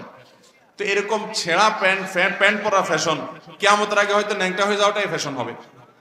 তো কিয়ামতের আগে এরকম বহুত উল্টাপাল্টা জিনিস থাকবে। আল্লাহ তাআলা আমাদের যুবকদেরকে সুন্দর রুচি দান করুন, এবং পশ্চিমাদের অন্ধ গোলামি, এটা থেকে আল্লাহ তাআলা আমাদের যুব সমাজকে বাঁচিয়ে রাখুন। নবী করিম সাল্লাল্লাহু আলাইহি সাল্লাম বলেছেন, একটা সময় আসবে লা তাত্তাবিউন্না সুনানা মান কানা ক্বাবলাকুম, তোমাদের আগের যুগের মানুষদের অনুসরণ তোমরা করবে, এমন কি তারা গিয়ে গর্তে ঢুকলে তোমরা সেখানে যায় ঢুকবা, তারা 1 বিঘত গেলে তোমরা 1 বিঘত যাবা। সাহাবীরা বলেছেন ইয়া রাসূলুল্লাহ, ইহুদি খ্রিস্টানদের কথা বলছেন? তিনি বলছেন তারা ছাড়া কাদের কথা? তাদের কথাই বলছি। অর্থাৎ তারা যা করবে তোমরা অন্ধের মতো চেষ্টা করবা, বুঝে আসুক বা না আসুক। আপনার প্যান্টটা ছেঁড়া, এটা কিসের ফ্যাশন ভাই? কিন্তু আপনি সেটাই করতেছেন। কাদের অনুসরণ করে করতেছেন? ওই যে ইহুদি খ্রিস্টানদের অনুসরণ করে। মুসলমানদের জন্য নবী করিম সাল্লাল্লাহু আলাইহি ওয়াসাল্লামের চাইতে উত্তম কোনো আদর্শ নেই। লাকাদ কানা লাকুম ফি রাসূলিল্লাহি উসওয়াতুন হাসানাহ। আল্লাহ এবং আখিরাতকে বিশ্বাস করে তাদের জন্য রাসূলের মধ্যে রয়েছে সবচেয়ে উত্তম আদর্শ। বর্তমানে ছেলে সন্তান নাই, কিন্তু মেয়ে সন্তান আছে। তার বাবা মৃত্যুর আগে সম্পত্তি মেয়েদের নামে লিখে দিয়ে যায়, তাতে ভাতিজারা যেন না পায়, তা কতটুকু শরীয়ত সম্মত? কোন মানুষ জীবদ্দশায় একটা মেয়ে আছে সব সম্পদ লিখে দিয়ে যাচ্ছে, অথবা দুইটা মেয়ে আছে সব সম্পদ তাদেরকে দিয়ে যাচ্ছে, কেন? যে ভাতিজারা যেন না পায়, অমুকে যেন না পায়, তমুকে যেন না পায়। এই কাজটা করা অনুচিত, কিন্তু যদি দিয়ে যায় মেয়েদের জন্য সেটা হালাল হবে। অনুচিত কেন? কারণ কোন ওয়ারিসকে বা আপনার সম্পদ কেউ পেতে পারে, তাকে আপনি বঞ্চিত করার ইচ্ছা করলেন, এটা হলো তার প্রতি এক রকমের অবিচার, এটা জুলুম, এটা জায়েজ নাই। কিন্তু যদি এভাবে দিয়ে দেয় মেয়েদেরকে হেবা হিসাবে, দান হিসাবে, ঠিক আছে আমি তোমাদেরকে দান করে দিলাম, বাপ মেয়েদেরকে দান করতেই পারে, সমান হারে দিল, তাহলে সেক্ষেত্রে সেটা দেওয়াটা জায়েজ হবে। বাট অন্যকে যে ঠকানোর উদ্দেশ্য হয়েছে ওটার কারণে তার কি হবে? গুনাহ হবে। অতএব এরকমটি না করা উচিত। আবাউকুম ওয়া আবনাকুম লা তাদরুনা আইয়ুহুম আকরাবু লাকুম নাফআ, তোমাদের ওয়ারিসদের মধ্যে কে বেশি উপকারে তোমরা জানো না। এইজন্য আল্লাহ যা নির্ধারণ করেছে সে অনুযায়ী দেওয়া উচিত, এবং ওইটাকে মানার ভিতরেই কল্যাণ আছে। তবে হ্যাঁ, মেয়েদেরকে কিছু সম্পদ আপনি গিফট হিসাবে সমান হারে ভাগ করে দেন জীবদ্দশায়, সেটা ভিন্ন বিষয়। আর কিছু সম্পদ রাখেন যে মৃত্যুর পরে সমান হারে যার যা প্রাপ্য তা পাবে, সবগুলো আপনি দিয়ে দিবেন না। আল্লাহ রাব্বুল আলামিন আমাদেরকে আমল করা এবং বুঝার তৌফিক দান করুন। জাযাকুমুল্লাহ খাইর। ভাই, এবার আপনাদের জন্য পুরস্কার, প্রশ্নোত্তর দিয়ে পুরস্কার। যুবকরা পুরস্কার নেওয়ার জন্য রেডি আছেন তো নাকি? প্রথম প্রশ্ন, কোরিয়ার মধ্যে আমরা কিভাবে দৃষ্টিকে নত রাখবো এবং নিজের ঈমানকে বাঁচিয়ে রাখবো, এই সম্পর্কে কিছু বলবেন। আমি মোহাম্মদ দেলোয়ার হোসেন। আমার প্রশ্ন হলো, বাবা মাকে খুশি করলে স্ত্রী মন খারাপ করে, আবার স্ত্রীকে খুশি করতে গেলে বাবা মার মন খারাপ হয়, তাই বাবা মার জন্য স্ত্রীকে ত্যাগ করা লাগে, আমি কি করব একটু বলবেন? ভাই, এই প্রশ্নের উত্তর গত বছর আমি দিয়েছি, সব সময় আমি দেই। আপনাদেরকে যারা এখানে বিবাহিত আছেন, বিদেশে আছেন, আপনারা যে কি পরিমাণ প্যারায় আছেন, এটা দেশের অন্য কোনো মানুষ না বুঝলেও আমি খুব ভালো করে বুঝি। আমাদের আজহারিবে খুব ভালো করে বুঝবেন, কারণ আমরা দুজনই, উনি এখনো প্রবাসে আছেন আর আমি 10 বছর সৌদি আরবে প্রবাস জীবন কাটিয়ে আসছি। ভাইরা আমার, এর উত্তর খুবই সহজে আমি দিচ্ছি, মনে রাখবেন। যারা প্রবাসে আছেন অথবা দেশেই আছেন, বিয়ে করার পরে দেখা যায় বউরে খুশি করতে গেলে মা না খুশ, আবার মারে খুশি করতে গেলে বউ না খুশ। আপনাদের এই পরিস্থিতি থেকে বের হওয়ার জন্য কিছুটা ডিপ্লোম্যাটিক আচরণ করতে হবে, কূটনৈতিক আচরণ করতে হবে। যারা বিভিন্ন দেশে ডিপ্লোম্যাট হিসেবে থাকেন, তাদের দেখবেন কথাবার্তার ভিতরে প্রচুর ফাঁক ফোকর থাকে, তারা হাতে রেখে কথা বলে। বেশিরভাগ ক্ষেত্রে এই পারিবারিক অশান্তিগুলো দূর করার মূল সমাধানটা হলো বুদ্ধিমত্তা। এর ভিতরে প্রথম যে কাজটা আপনাকে করতে হবে তা হলো, এই ডিপ্লোম্যাটিক আচরণেরও আগে যে কাজটি করতে হবে তা হলো, বেশি শেয়ানামি না করে, বেশি চালাকি না করে একটু বোকা শোকা থাকার চেষ্টা করবেন। পারিবারিক অশান্তি দূর করার সবচেয়ে সহজ এবং সবচেয়ে শর্টকাট সমাধান হলো যে একটু বেকুব বেকুব ভাব ধরে থাকবেন। জিনিসটাকে একটু ব্যাখ্যা করে বলবো। আচ্ছা, ধরেন আপনার স্ত্রী এসে আপনার মার নামে এক গাদা বদনামি করছে, তোমার মা এটা বলছে, তোমার মা ওইটা বলছে, উনি কি এটা বলতে পারে? একটা বুড়া মানুষ কিভাবে এই কথা বললো? তোমার ভাই এটা বলছে, তোমার বোনও এটা করছে, দুনিয়ার বিচার দিল বউয়ে। তখন আপনি একজন সভ্য স্বামীর মতো, ভদ্র স্বামীর মতো মনোযোগ দিয়ে সব কথা শুনবেন। অনেক স্বামী আছে বেকুবের মতো, বউয়ের কথা শুনে না, বলে বুঝছি তুমি কি বলবা, হয়েছে থামো। না, খবরদার, ফুল কথা বলতে দিবেন। তার যত জেদ আছে সব ঝাড়তে দিবেন, 2-4-5 মিনিট যা লাগে বলে সে যখন হাঁপায় উঠবে, বলবে যখন, কি ব্যাপার তুমি কিছু বলো না কেন? এবার আপনি তখন ফ্লোর নিয়ে এবার আপনি তাকে বলবেন যে, দেখো তুমি যা বলছো আমি তো বুঝতেছি, আমার রাগে সব পশম দাঁড়ায় গেছে, দেখো তোমার কষ্টে তো আমার ভেতরটা জ্বলে পড়ে ছাই হয়ে যাচ্ছে, দেখো। যেভাবে বলা দরকার বলে তাকে আগে এটা কনভিন্স করবেন যে আমি তোমাকে ইগনোর করছি না, তোমার সমস্ত কথাগুলো ক্যাচ করেছি এবং তোমার ব্যথা আমি ব্যথিত। এরপরে এবার বলবেন, দেখো যদি মা না হতো, যদি নিজের ছোট ভাই বোন এদেরকে যদি পিঠে মেরে ফেলা জায়েজ হইতো, বা এদেরকে যদি, বড় ভাই আমার উল্টাপাল্টা করতেছে, বড় ভাই কিছু বলতে পারতেছি না, আল্লাহ রাসূল বড়দেরকে সম্মান করতে বলছেন, যদি সেটা না করা লাগতো তো আজকে এসপার কি ওসপার আমি করে ছেড়ে দিতাম। এরকম 2-4টা কথা যখন বলবেন, বউ দেখবেন তার যে গিয়ারে ছিল সেখান থেকে একদম হাফ গিয়ারে চলে আসছে, এখনো কিছুটা থাকবে। এরপরে আপনাকে সে যেটা বলবে সে হলো, আপনার সব লেকচার শোনার পর সে আপনার ব্যাপারে একটা কমেন্ট করবে। সে কমেন্টটা হলো যে আমার স্বামী লোকটা আসলে, মনে মনে হয়তো বলবে বা অন্য কাউকে বলবে যে লোকটা আসলে ভালো কিন্তু বেকুব। সে একটু শক্ত হইলে এগুলার সব সাইজ করে ফেলতো, কিন্তু বোকা শোকা মানুষ, এই জন্য সে সাহস নাই, বেকুব, তুমি কি পুরুষ হইলা, এসব বলবে। তো বললে তখন একদম বেকুব সেকুব থাকে। বাইরে বহুত পণ্ডিতি করেন, কিন্তু বাসায় পণ্ডিতি করে না, সব জায়গায় পণ্ডিতি করতে যায় না। এখানে খুব বোকা শোকা থাকবেন, বুঝতে পারছেন কথা? এবার আসেন মায়ের পাঠ। মা যদি আইসা বলে এই শুনে দিকে তোর সাথে কথা আছে, বলবেন মা কি বলবা বলো। এবার মাকে যদি বলেন যে বাবা তোর বউ এই এই বলছে, এই এই করছে, সে কি এটা করতে পারে, কত বড় সাহস, তোর গলায় ধরে দিয়ে মরা উচিত। মা যদি এসব কথা বলে, মাকে একইভাবে বলবেন মা আল্লাহ নবী সাল্লাল্লাহু আলাইহি সাল্লাম কোনোদিন স্ত্রীদের গায়ে হাত তোলেন নাই। ইসলামে যদি বউ পিটানোর নির্দেশ থাকতো তো আজকে ঠ্যাং উপরের দিক বাইন্দা আমি দিতাম। আমার হাতটা শুধু বাইন্দা রাখছে ইসলাম। আল্লাহ রসুল কোনোদিন স্ত্রীদের গায়ে হাত তোলেন নাই। না হলে মা এত বড় সাহস, এরকম কথা সে বলতে পারে? যা কি বলছে না বলছে সেটা পরে, আপনি বিচার বিশ্লেষণ না করতে গিয়ে উপস্থিত ওই জায়গাতে সামাল দেওয়ার চেষ্টা করবেন। কথা কি বুঝতে পারছেন? আপনার এই আচরণ শোনার পর আপনার মা কি বলবে জানেন? মাও ঠিক ওই বউয়ের মতোই বলবে আমার ছেলেটা আসলেই মানুষ ভালো, সমস্যা হলো আমার পোলাটা না বোকা, একদম বেকুব। এই জন্য সেই তো বউয়ের কাছেও বেকুব থাকলেন, মায়ের কাছেও। কিন্তু আপনাকে কেউ দোষী সাব্যস্ত করবে না। আর যদি পণ্ডিতি করে বউরে বলতে চান ঠিক আছে আমি দেখতেছি, থামো তুমি। মা কিভাবে এসব কথা বলে, এরপর যে বলে মা কই আছো তুমি, এদিকে আসো। এবার বৈশাখ মার সাথে আলাপ শুরু করবে। ওখানে বাঁধবে একটা ইউক্রেন রাশিয়া যুদ্ধ, বিশাল কাণ্ড হয়ে যাবে। ওই কাণ্ড করার পর বউয়ের কাছে আইসা যদি মনে করেন যে বউয়ের জন্য মার সাথে ঝগড়া করছি, বউ মনে খুশি হবে, জীবনও খুশি হবে না, জীবনও খুশি হবে না। যতই করেন বউরে খুশি করতে পারবেন না, কোন একটা প্যাঁচ বাঁধবেই এবং কোন একটা ফাঁক বের করবে। আর মা তো নাখোশ হইছেই। আবার মায়ের হয়ে যদি বলেন এই তুমি কত বড় সাহস, আমার বোনরে কি করলা, ভাইরে কি করলা, মারে কি করলা, দেখবেন আরেক যুদ্ধ বাড়ছে। এই জন্য এগুলোর খুব বেশি পণ্ডিতি না করে যথাসম্ভব একটু কূটনৈতিক আচরণ করে, একটু চালাকি করে, একটু বোকা সেজে সমাধান করার চেষ্টা করবেন। আবার সব সময় এই পলিসি অবলম্বন করবেন না। এখন মুশকিল হলো শিখাই দিলে মহিলারাও এগুলো শুনে ওয়াজ, তারাও শিখা যায়। এবার মহিলারা ঘরে গেলে বলে যে না পলিসি তো আগে থেকে জানা, তুমি বোকা সাজতেছ। তখন আপনি একেবারে মানে সিরিয়াস বোকা, শুধু ওই মুহূর্তের জন্য, সবসময়ের জন্য বোকা। আসলে ঘরে যারা যত বেশি বোকা থাকে তারা তত বেশি সুখে থাকে। বোকাদের সাংসারিক জীবনে তারা সুখে থাকে, আর শেয়ানা পাবলিক গুলো সব দৌড়ের উপরে থাকে। এই জন্য বাহিরে ব্যবসা বাণিজ্যের দোষায় শেয়ানামি করেন, পাকনামি করেন, কিন্তু ঘরে বেশি পাকনামি করতে আইসেন না। একটু মুরব্বী মানার চেষ্টা করেন। তবে হ্যাঁ, কিছু কিছু ক্ষেত্রে আপনাকে তো স্ট্রং হতে হবে। আমি এই কথা বলছি এর মানে এই না যে আপনার স্ত্রীর প্রতি আপনার মা বোন জুলুম করবে আর আপনি সবসময় শুধু নাটক করে যাবেন না। তাদেরকেও বিনয়ের সাথে তাদের অন্যায় থেকে আগে বিচার বিশ্লেষণ করবেন, তারা অন্যায় করছে কিনা, বাধা দিবেন। আবার স্ত্রী যদি ভুল করে তাকেও অন্যায় থেকে বাধা দিবেন। প্রয়োজনে আপনি ইসলামী শরিয়ার নীতিমালা আলোকে শাসনও করবেন, কিন্তু মূল পলিসি হবে ওই যে বেকুব ভান বা বেকুব আপনার নিজেকে হিসাবে উপস্থাপন করার চেষ্টা করবেন। এটা অনেক সহজ একটা উপায়। ঈমান বাঁচিয়ে রাখার জন্য ইতিমধ্যে আমরা কয়েকটি পরামর্শ দিয়েছি, যে পরামর্শগুলো আমল করলে বা সেগুলো লক্ষ্য করলে ইনশাআল্লাহ আপনি ঈমান বাঁচিয়ে রাখতে পারবেন।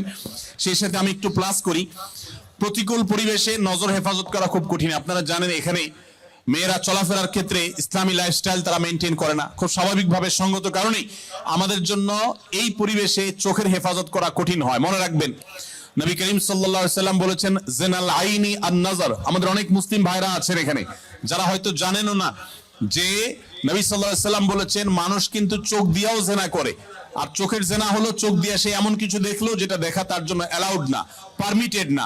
একজন নারী তিনি যদি বেপর্দা থাকেন, তিনি যদি অশ্লীল বা খোলামেলা পোশাকে চলাফেরা করেন, আপনি আপনার দৃষ্টিকে সংযত রাখবেন। যথাসম্ভব আপনার দৃষ্টি সীমানা এরকম কোন মহিলা, এরকম কোন নারী পড়লে সাথে সাথে নিজের নজরকে আপনি সংযত করে নেবেন। আল্লাহ তাআলা বলেছেন কুল্লিল মুমিনিনা ইয়াগুদ্দু মিন আবসারিহিম ওয়া ইয়াহফাযু ফুরুজাহুম। হে আল্লাহ তাআলা বলেছেন তার রাসূলকে, হে রাসূল আপনি ঈমানদারদেরকে বলে দিন তারা যেন তাদের দৃষ্টিগুলোকে সংযত করে, অবনত করে। আমি জানি এই কাজটা শুধু কঠিন নয়, মহা কঠিন।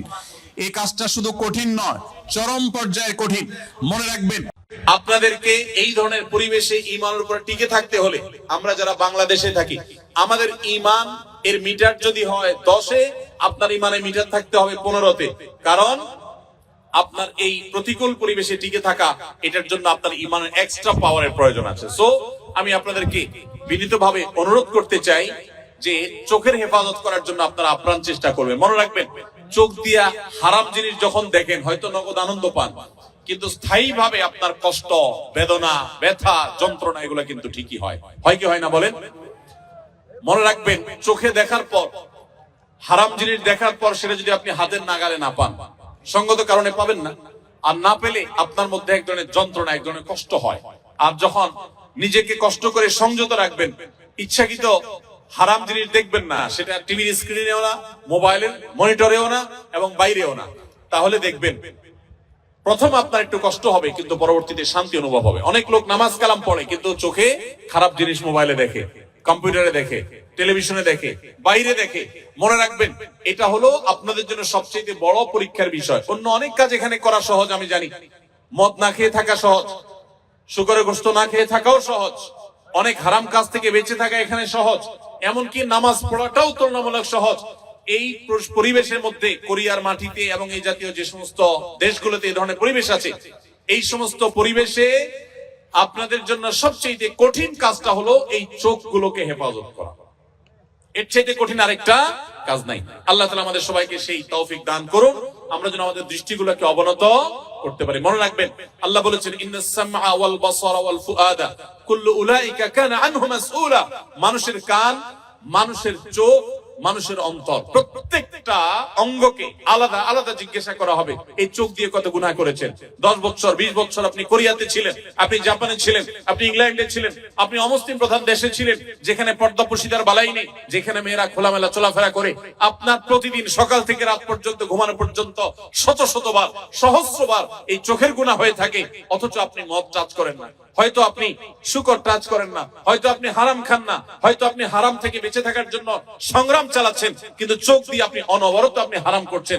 আপনার মুখকে হারাম থেকে বাঁচিয়েছেন, কিন্তু চোখকে আপনি বাঁচাতে পারেন নাই, তাহলে আপনি সাকসেস হতে পারবেন না।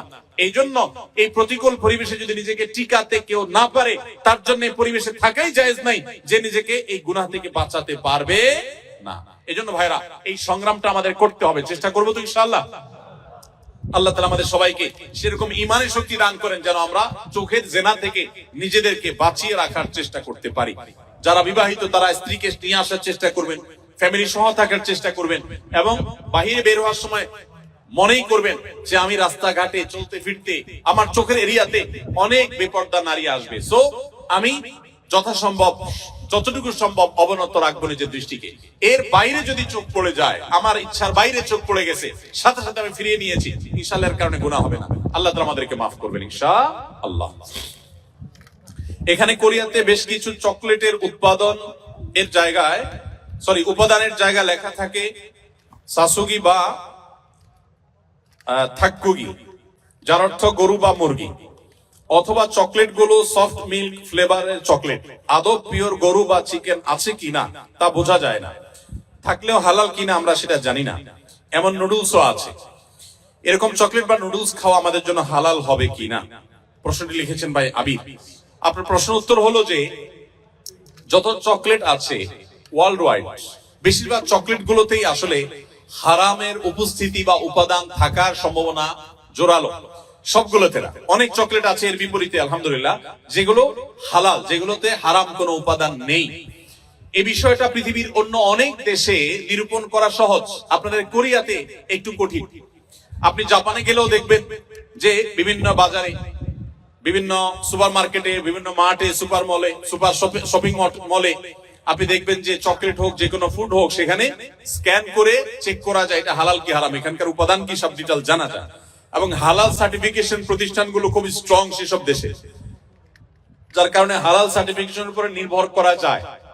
আপনাদের এখানে এখনো সেটা হয় নাই, তবে আলহামদুলিল্লাহ যেভাবে দিন দিন আমাদের প্রবাসী বাংলাদেশি ভাইরা বাড়ছেন, পাকিস্তানি, আরাবিয়ান, অন্যান্য দেশি ভাইরাও দিন দিন আসছেন, আশা করা যায় অচিরেই ইনশাআল্লাহ কোরিয়াতেও হালাল সার্টিফিকেশনের অথরিটি এরকম গড়ে উঠবে, তখন আপনাদের জন্য সহজ হবে। আপাতত যারা এখানে আছেন, আমি তাদেরকে বলবো আপনি এটার উপাদানের মধ্যে সন্দেহপূর্ণ কোনো কিছু থাকলে সেটাকে অ্যাভয়েড করবেন। মনে রাখবেন, সন্দেহপূর্ণ বিষয়কে অ্যাভয়েড করাটা খুবই জরুরি একটা বিষয়। যেটা আপনি নিশ্চিত হালাল জানবেন শুধু সেটাই গ্রহণ করবেন, আর যেটাকে সন্দেহ মনে হবে সেটা আপনি অ্যাভয়েড করে চলবেন। চকলেট না খেলে কি আমরা মারা যাব ভাই? কি বলেন? চকলেট না খেলে কি খুব বেশি অসুবিধা হবে আমাদের? অতএব আমরা যথাসম্ভব সন্দেহপূর্ণ খাবার অ্যাভয়েড করে চলবো, তাহলে ইনশাআল্লাহ হারাম থেকে বেঁচে থাকা সহজ হবে। এরপরে প্রশ্ন হলো, আমি অনেক চেষ্টার পরও মা হতে পারছি না, তাই অনেকে আমাকে অনেক আমলের পাশাপাশি তাবিজ ব্যবহার করতে বলছেন, অনেকে কটু কথাও বলেন, কিন্তু আমি খুবই সন্দিহান গুনাহের ব্যাপারে। দয়া করে সঠিক তথ্য দিয়ে সহযোগিতা করবেন। বোন ফারজানা প্রশ্ন করেছেন, দেখুন, যে সমস্ত বোনের বাচ্চা হয় না, আমাদের সমাজে এক শ্রেণীর কুলাঙ্গার, এক শ্রেণীর খারাপ মানুষ আছে যারা ওই মেয়েদেরকে নিয়ে কটু কথা বলে। আছে না নাই? গ্রামাঞ্চলে বিশেষ করে অনেকে আছেন এই সমস্ত বোনদেরকে খোঁচা মেরে কথা বলেন। সন্তান হওয়া না হওয়া, এটা কি পৃথিবীতে কোনো মানুষের হাতে? কোন মানুষের হাতে? সন্তান দেওয়া বা না দেওয়ার মালিক কে? আল্লাহ তাআলা কোরআনে কারীমে পরিষ্কার ভাবে বলেছেন যে আল্লাহ রাব্বুল আলামিন ইয়াহাবু লিমান ইয়াশাউ ইনাসা ওয়া ইয়াহাবু লিমান ইয়াশাউ যুকুর আয়ুযাওয়িজুহুম যুকরান ওয়া ইনাসা। আল্লাহ তাআলা যাকে ইচ্ছা তাকে কন্যা দেন, তাকে যাকে ইচ্ছা তাকে ছেলে দেন। কাউকে আল্লাহ তাআলা দুইটাই দেন, কাউকে আল্লাহ কিছুই দেন না। এটা সম্পূর্ণ আল্লাহর ইখতিয়ার। অতএব এই কারণে যদি কোনো মেয়েকে বা কোনো ছেলেকে কেউ দোষারোপ করে, সে আল্লাহর কাছে কবিরা গুনাহে লিপ্ত আসামি। যদি সে মুখে দাঁড়িয়ে থাকে, সে যদি হাজী সাহেব থাকে, সে যদি মসজিদের সভাপতি সেক্রেটারি হয়, সে যদি আলেম ইমাম সাহেব হয়, তারপর সে আল্লাহর কাছে অপরাধী এবং ক্রিমিনাল, বিকজ সে একজন নির্দোষ মানুষকে সে দোষ দেওয়ার চেষ্টা করেছে। এজন্য খবরদার, সন্তান হয় না, সব ছেলে হয় অথবা সব মেয়ে হয়, এজন্য মেয়েদেরকে অথবা ছেলেদেরকে কাউকে কোনো দোষ দেওয়া যাবে, এটা সম্পূর্ণ আল্লাহর ফয়সালা। এর পাশাপাশি বোন যদি জানতে চেয়েছেন যে সন্তান না হওয়ার জন্য আপনাকে বিভিন্ন আমলের কথা বলেন, বিভিন্ন আমল আপনি করতে পারেন। কোরআনে কারীমে বিভিন্ন আয়াত আছে, যে আয়াতগুলো আমল করার মাধ্যমে, পাঠ করার মাধ্যমে, সেগুলো পড়ে পানিতে ফু দিয়ে খাওয়ার মাধ্যমে বিভিন্ন ভাবে সন্তান আল্লাহ তাআলা দান করেছেন।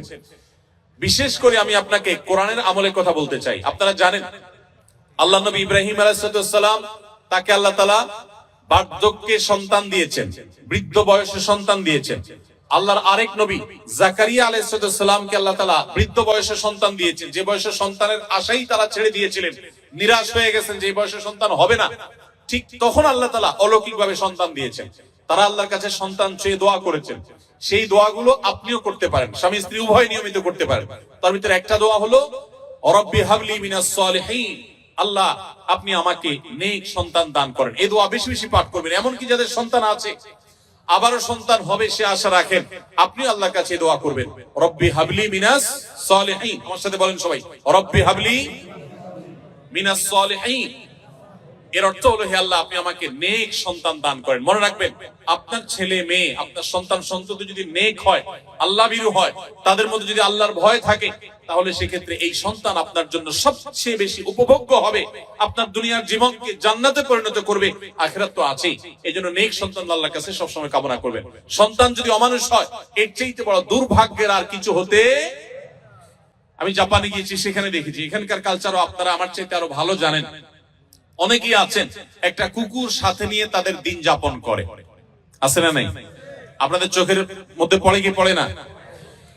বৃদ্ধ বয়সে একজন মানুষ একটা কুকুরের বাচ্চা, কুকুরের একটা ছানাকে নিয়ে তার দিন রাত সে পার করে দেয়, তার সবকিছু সে শেষ করে দেয় শুধু একটা কুকুরের বাচ্চাকে সাথে নিয়ে। এই জিনিসটা কি আমাদের জন্য খুব কাঙ্ক্ষিত না অনাকাঙ্ক্ষিত বলেন তো? এটা কি কাঙ্ক্ষিত? এরা কেন এরকম করে? কারণ ওই যে সন্তান সন্ততি নাতিপুতি তাদেরকে হাতের কাছে পায় না। মানুষ আদর করতে পারলে কেউ তো আর পশু আদর করে থাকতো না ভাইরা আমার। এই জন্য আপনাদেরকে আমি বলতে চাই, নিজের সন্তানকে যদি ঈমান শিখান, তাওহীদ শিখান, মনে রাখবেন পৃথিবীতে ঈমানদার কোন সন্তান তার বাবা মাকে বার্ধক্যে রেখে দূরে চিরকালের জন্য সম্পর্ক ছিন্ন করে চলে যেতে পারে।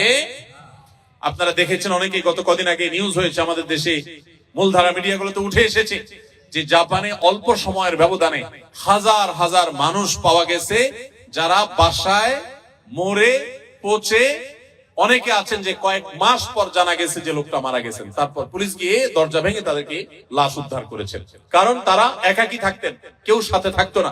এর চাইতে বড় বেদনার, এর চাইতে বড় যন্ত্রণার, এর চাইতে বড় কষ্টের আর কি হতে পারে যে বার্ধক্যে এসে তারা কোনো মানুষ পাবে না।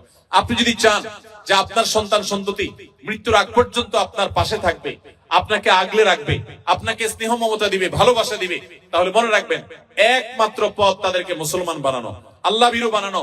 আপনি যদি তাদেরকে বিজ্ঞানী বানান, সায়েন্টিস্ট বানান, আপনি তাদেরকে শিক্ষিত বানান, বড় ব্যবসায়ী বানান, বড় পদাধিকারী বানান, কিন্তু ঈমান শিখান নাই, তাওহীদ শিখান নাই, তাকওয়া শিখান নাই, ইসলাম শিখান নাই, আমি শপথ করে বলতে পারি আপনার এই সন্তান আপনার বিপদের কারণ হওয়ার সমূহ সম্ভাবনা আছে। এজন্য সন্তান নেক হোক আমরা সবাই চাই কি চাই না বলেন? তাহলে দোয়া করতে হবে। যে বোন চেয়েছেন তার জন্য এবং অন্য সবার জন্য বলছি, রব্বি হাবলি মিনাস সলিহিন, বেশি বেশি করে পাঠ করবেন। আরেকটা দোয়া হলো রব্বি লা তাদারনি ফারদা ওয়া আনতা খায়রুল ওয়ারিসিন। বিশেষ করে যাদের সন্তান হয় না তারা এই দোয়াটা বেশি বেশি পাঠ করবেন, রব্বি লা তাদারনি ফারদা, হে আল্লাহ আমাকে একা আপনি রেখে দিবেন না, ওয়া আনতা খায়রুল ওয়ারিসিন, আপনি সর্বোত্তম ওয়ারিস, তারপরও আপনি আমাকে নেক সন্তান দান করুন। এই দোয়ার মধ্যে সেটি চাওয়া হয়েছে। অতএব রব্বি লা তাযারনি ফারদা ওয়া আনতা খায়রুল ওয়ারিসিন এই দোয়া পাঠ করবেন ইনশাআল্লাহ তাআলা। এর বাইরেও আরো বহু দোয়া আছে, রব্বি হাবলি মিন লাদুনকা যুররিয়াতান তাইয়্যিবা, রব্বি হাবলি মিন লাদুনকা যুররিয়াতান তাইয়্যিবা, আল্লাহ আপনার পক্ষ থেকে আপনি আমাকে পবিত্র এবং ভালো সন্তান দান করেন, ইন্নাকা সামিউদ দুআ, আপনি দোয়া শ্রবণকারী।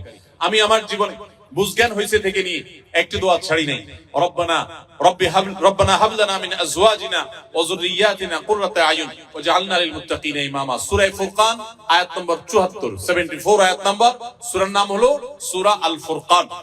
এই আয়াতে যে দোয়া আছে, এখানে যারা অবিবাহিত আছেন তারা এই দোয়া এখন থেকে পাঠ করতে পারেন। আল্লাহ তাআলা নেক বা ভালো স্ত্রী যদি জীবনে না দেন তো আপনার জীবনে অনেক কিছু হওয়ার পরও সুখ শান্তি আপনি পাবেন না। সো নেক স্ত্রী এবং মেয়েদের জন্য নেক স্বামী, এই উভয় পক্ষের জন্য একই দোয়া, কমন দোয়া, আপনারা দোয়াটা পড়তে পারেন নেক সন্তানের জন্য। আমি জীবন দোয়া চেয়েছেন, পরামর্শ চেয়েছেন, তাকে বলবো এই দোয়াগুলো আপনি বেশি বেশি পড়বেন। সূরা ফুরকানের 74 নম্বর আয়াত, এর বাইরে আরো 3টা দোয়া বলেছি, রব্বি হাবলি মিনাস সলিহিন, রব্বি লা তাযারনি ফারদা ওয়া আনতা খায়রুল ওয়ারিসিন, রব্বি হাবলি মিন লাদুনকা যুররিয়াতান তাইয়্যিবা ইন্নাকা সামিউদ দুআ। এই 4টি দোয়া নিয়মিত পড়বেন, ইনশাআল্লাহ সন্তানহীনতার কষ্ট দূর হবে। এরপরে যদি আল্লাহ না দেন তো মনে রাখবেন আল্লাহ তাআলা যা দিয়েছেন এর মধ্যে আপনার কল্যাণ আছে। সন্তান হয়েছে কিন্তু অমানুষ হয়েছে, খারাপ হয়েছে, অসুস্থ হয়েছে, বিকলাঙ্গ হয়েছে, তার চাইতে আল্লাহ তাআলা না দেওয়াটা আপনার জন্য কখনোই ক্ষতিকর নয়। এজন্য আল্লাহর ফয়সালায় সন্তুষ্ট থাকবেন। তবে তাবিজের যে ব্যবহার, এটি সুন্নাহর খেলাফ। নবী করিম সাল্লাল্লাহু আলাইহি সাল্লাম কখনো তাবিজ দেননি, ব্যবহার করেননি।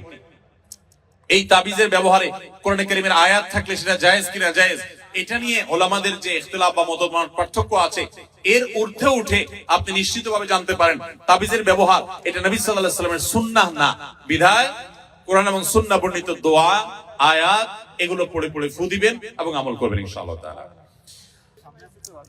এরপরে প্রশ্ন হলো, সুন্নি মুসলমান ও শিয়া মুসলমান সম্পর্কে জানতে চাই, এই ধরনের মুসলমানদের সম্পর্কে মৌলিক ধারণা পেতে চাই। দেখুন, সুন্নি হলেন কোরআন এবং নবী করিম সাল্লাল্লাহু আলাইহি সাল্লামের সমস্ত হাদিসগুলো, বিশুদ্ধ সূত্রে বর্ণিত সমস্ত হাদিসগুলোকে যারা মানে, নবী সাল্লাল্লাহু আলাইহি সাল্লাম এবং তার সকল সাহাবী, তার পরিবার বর্গ সবাইকে যারা মানে, এদেরকে বলা হয় সুন্নি। গোটা পৃথিবীতে বেশিরভাগ মুসলমানই সুন্নি, আমরা সবাই সুন্নি আলহামদুলিল্লাহ। বেশিরভাগ বাংলাদেশি, বেশিরভাগ পাকিস্তানি, ভারতীয়, সাবকন্টিনেন্ট, আরব, পৃথিবীতে বেশিরভাগ মানুষই আলহামদুলিল্লাহ সুন্নি মুসলমান। এবং সুন্নি মুসলমানদের বৈশিষ্ট্য হলো তারা কোরআনকে এবং সুন্নাহকে অনুসরণ করে, সুন্নাহ অনুসরণ করার জন্য সুন্নি বলা হয়। আর শিয়া হলো সেই সমস্ত মানুষেরা যারা আল্লাহকে মানে, নবী সাল্লাল্লাহু আলাইহি সাল্লামের নবুয়তকেও মানে, যদিও তাদের একটা গ্রুপ নবী সাল্লাল্লাহু আলাইহি সাল্লামের নবুয়ত নিয়েও সন্দেহ করে। আর এর পাশাপাশি তারা শুধুমাত্র নবী পরিবারের সদস্যদেরকে মানে, সাহাবীদেরকে তারা মানে না, বরং সাহাবীদের সাথে শত্রুতা বিদ্বেষ তারা জ্ঞাপন করে, লালন করে। তো এই কারণে তারা শিয়া এবং আলাদা হয়েছে। শিয়ারা তারা বিভ্রান্তির দিকে আছেন, শিয়া পন্থাটা বিভ্রান্তির পন্থা, এটা হেদায়েত এবং সত্য থেকে বিচ্যুত। নবী করিম সাল্লাল্লাহু আলাইহি সাল্লাম বলেছেন, আমার পরে তোমরা আমার সুন্নাত, আমার খলিফাদের সুন্নাতকে আঁকড়ে ধরবা।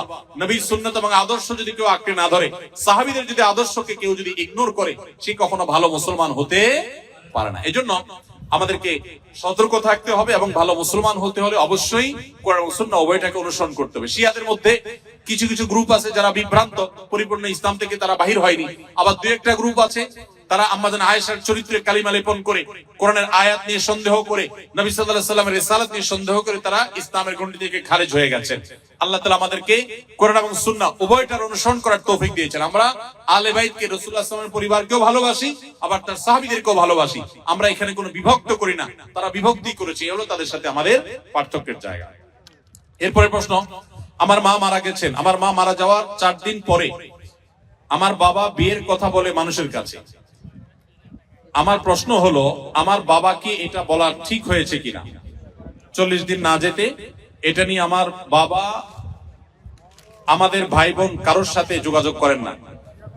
দেখুন, কারোর স্ত্রী মারা গেলে তিনি যদি 3 দিন 4 দিন 5 দিন পর বিয়ে করেন বা বিবাহের কথা বলেন, এটা শরিয়াত দৃষ্টিকোণ থেকে দোষের কিছু না।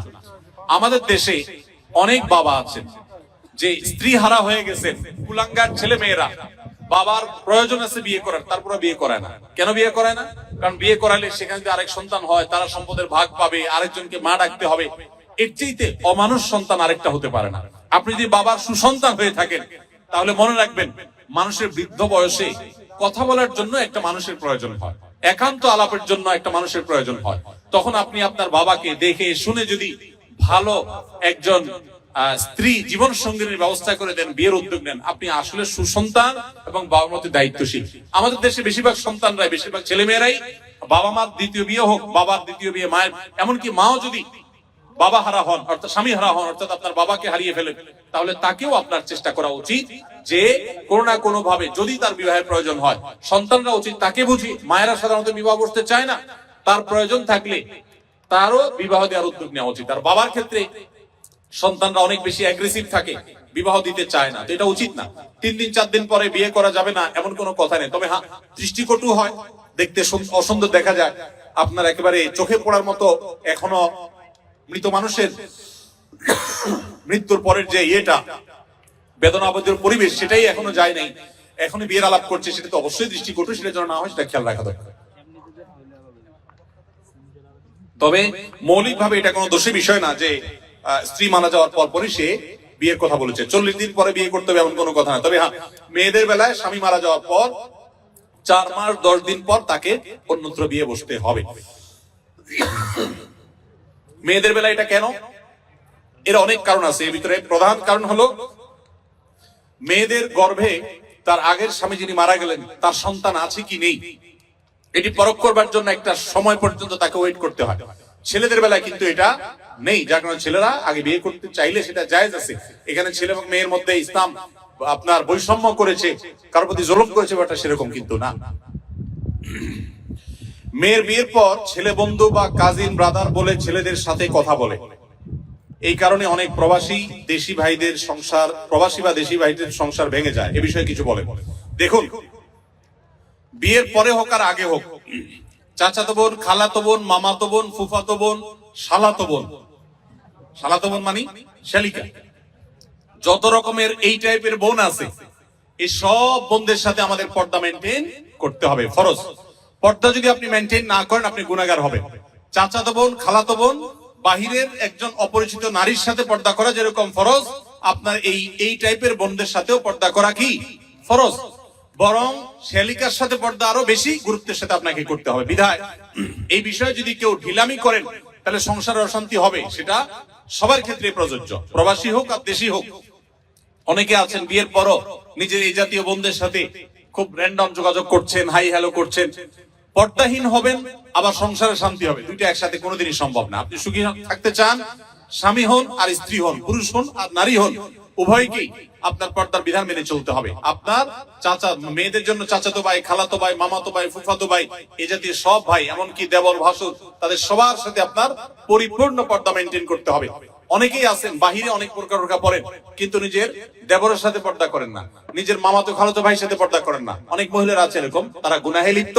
অনেক পুরুষ আছে যে বাহিরে পরনারীর সাথে দেখা সাক্ষাৎ করেন না, কিন্তু চাচাতো বোনের সাথে আলাপ সালাপ জোড়ায় দেন, খালাতো বোনের সাথে গল্প গুজব জোড়ায় দেন, বাড়িতে গেলে তাদের সাথে আড্ডা জমা দেন। এগুলো হারাম। ইসলাম কেন হারাম করছে বুঝতে একটু সময় লাগে। আমাদের মনে হয় যে কেন এত কড়াকড়ি, আমারই তো চাচাতো বোন। যখন চাচাতো বোনের হাত ধরে চাচাতো ভাই পালায় যায়, তখন বোঝা যায় কেন ইসলাম হারাম করেছে। ঠিক না ঠিক? আমি অসুস্থ, আমার জন্য দোয়া করবেন। আল্লাহ যেন আমার মনের আশা পূরণ করেন। আমরা দোয়া করি আল্লাহ তাআলা তাকে পরিপূর্ণ শিফা কামাল আজলা দান করেন। কোরিয়ান অনেক মসজিদে মহিলাদের নামাজের ব্যবস্থা আছে আলহামদুলিল্লাহ, কিন্তু অনেক মসজিদে মহিলাদের পর্দা মেনটেন করে ওযু করার ব্যবস্থা নেই। সেক্ষেত্রে তায়াম্মুম করে নামাজ পড়া যাবে কি না? উত্তর হলো না, কোন অবস্থাতেই তায়াম্মুম করে বোন আমার আপনি নামাজ পড়তে পারবেন না। যতক্ষণ পর্যন্ত পানি আছে এবং পানি ব্যবহার করবার সুযোগ আছে ততক্ষণ পর্যন্ত আপনাকে পানি দিয়েই ওযু করে নামাজ পড়তে হবে। তায়াম্মুম তখনই করা যাবে যখন পানির কোনো ব্যবস্থা নেই। ধরুন আপনি বিমানে আছেন, বিমানে পানি অনেক অল্প, ব্যবহার করতে নিষেধ করা হয়েছে, অথবা পানি শেষ হয়ে গেছে, আপনি ওযু করার কোনো উপায় পাচ্ছেন না, তাহলে সেক্ষেত্রে আপনি তায়াম্মুমের মাটি দিয়ে তায়াম্মুম করে নামাজ পড়তে পারেন। কিন্তু পানি আছে, কোন যুক্তিতে আপনি পানি ছেড়ে তায়াম্মুমে আসতে পারবেন না। বোনরা যারা আছেন এমন কোন পরিবেশে আছেন যে পর্দার সাথে আপনি ওযু করতে পারবেন না, তো যতটুকু সম্ভব ততটুকু পর্দার মধ্যে থেকে করবেন। একটু সাইডে গিয়ে করবেন, কোন কাঞ্চিতে গিয়ে দাঁড়াবেন যাতে মানুষ না দেখে, যতটুকু সম্ভব ততটুকু করবেন। তারপর আপনাকে ওযু করতে হবে, কারণ লা তুকবালু সালাতুন মিন গায়রি তুহুর, নবী সাল্লাল্লাহু আলাইহি ওয়াসাল্লাম বলেছেন পবিত্রতা অর্জন করা ছাড়া কোনো নামাজ কবুল হবে না আল্লাহর কাছে।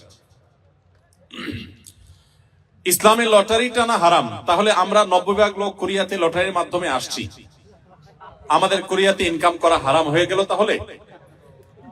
না ভাই, এই প্রশ্নটির উত্তর বোঝার আগে আমাদেরকে জানতে হবে লটারি, সব লটারি কি হারাম কিনা। উত্তর হলো না, সব লটারি হারাম না। কোন লটারি হারাম আর কোন লটারি হালাল এটা আমাদেরকে জানতে হবে। প্রিয় নবী সাল্লাল্লাহু আলাইহি সাল্লাম লটারি হারাম হওয়ার কথা যেমন বলেছেন, আবার নবী করিম সাল্লাল্লাহু আলাইহি সাল্লাম বিভিন্ন সফরে যাওয়ার সময় তার একাধিক স্ত্রী ছিল, আপনারা জানেন, তাদের মধ্য থেকে কাকে নিবেন, একজন কিনলে একজন নাখোশ, সেজন্য তিনি লটারি করে তারপরে একজনকে নিয়ে যেতেন। তার নবী সাল্লাল্লাহু আলাইহি সাল্লাম লটারি করা নিষেধ এটা যেমন বলেছেন, আবার লটারির অপশনও রেখেছেন। তাহলে কোনটা হালাল আর কোনটা হারাম? এর উত্তর হলো, দেখুন, যেখানে আপনি ইনভেস্ট করবেন, 10 টাকা দিয়ে একটা লটারির কার্ড কিনেছেন, বা 20 টাকা 50 টাকা এনি অ্যামাউন্ট, এটা দিয়ে আপনি একটা কার্ড কিনেছেন, এরপরে অপেক্ষা করছেন লটারি কখন হবে। লটারি হলো, মিলে গেছে, আপনি 10 টাকায় 40 লাখ টাকা পাইলেন, আপনি 50 টাকায় 5,000 টাকা পাইলেন। এইভাবে যে লটারি হয়ে থাকে এটা হলো জুয়া, এটা পরিষ্কার হারাম। আল্লাহ সুবহানাহু ওয়া তাআলা বলেছেন যে ইন্নাল খামরা ওয়াল মাইসিরা ওয়াল আনসাবা ওয়াল আজলাম রিজসুম মিন আমালিশ শাইতান ফাজতানিবুহু, এটা হারাম। কিন্তু যদি এমন হয় যে কোনো পেমেন্টের ব্যাপার নাই, ধরুন আপনি কোন একটা জায়গায় কাজ করা নিয়ে ডিসিশনহীনতায় ভুগছেন, যে 5 জন আছে, 5 জনের যে কোনো 3 জনকে নিবেন, 5 জন একই যোগ্যতা সম্পন্ন, তখন লটারি করে যে কোনো 3 জনকে নিলেন, তো এইটা হারাম না, এই লটারি হারাম না। আমরা অনেক সময় দেখা যায় প্রশ্ন করবার জন্য এক একজনকে এক একটা প্রশ্ন করব, কিন্তু কাকে কোনটা করব, কে বলবে আমারটা সহজ আমারটা কঠিন হয়ে গেছে, সেজন্য লটারি করে আমরা প্রশ্ন তুলি, যার যেটা ভাগে আসে তাকে সেটা আমরা করি। এই লটারি হারাম না।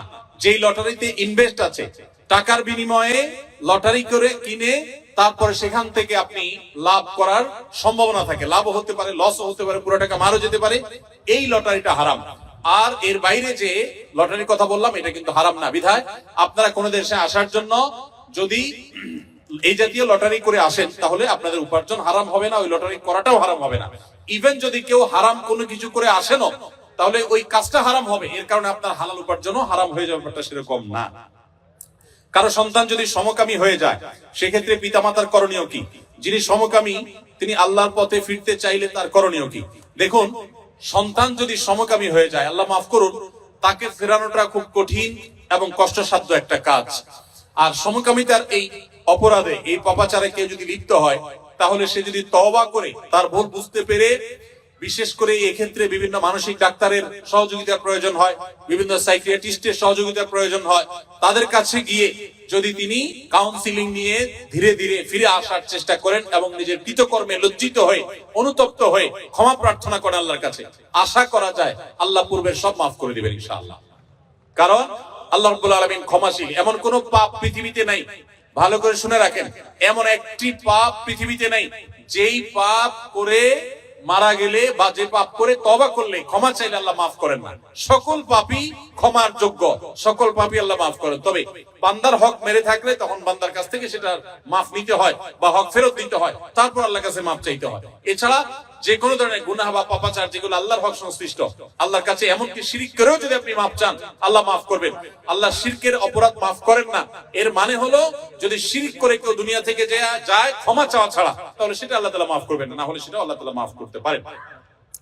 তাবিজ পড়া শিরক, কিন্তু কোনো সমস্যার কারণে তাবিজ পড়ে সমাধান যদি হয়, তাবিজ ফেলে দিলে যদি সমস্যা হয় তাহলে আমি কি করব? দেখুন, তাবিজের ব্যবহার সম্পর্কে আমরা বলেছি, তাবিজের মধ্যে যদি শিরকি কোনো কিছু থাকে সেটা শিরক হওয়ার ব্যাপারে কারোর কোনো দ্বিমত নেই।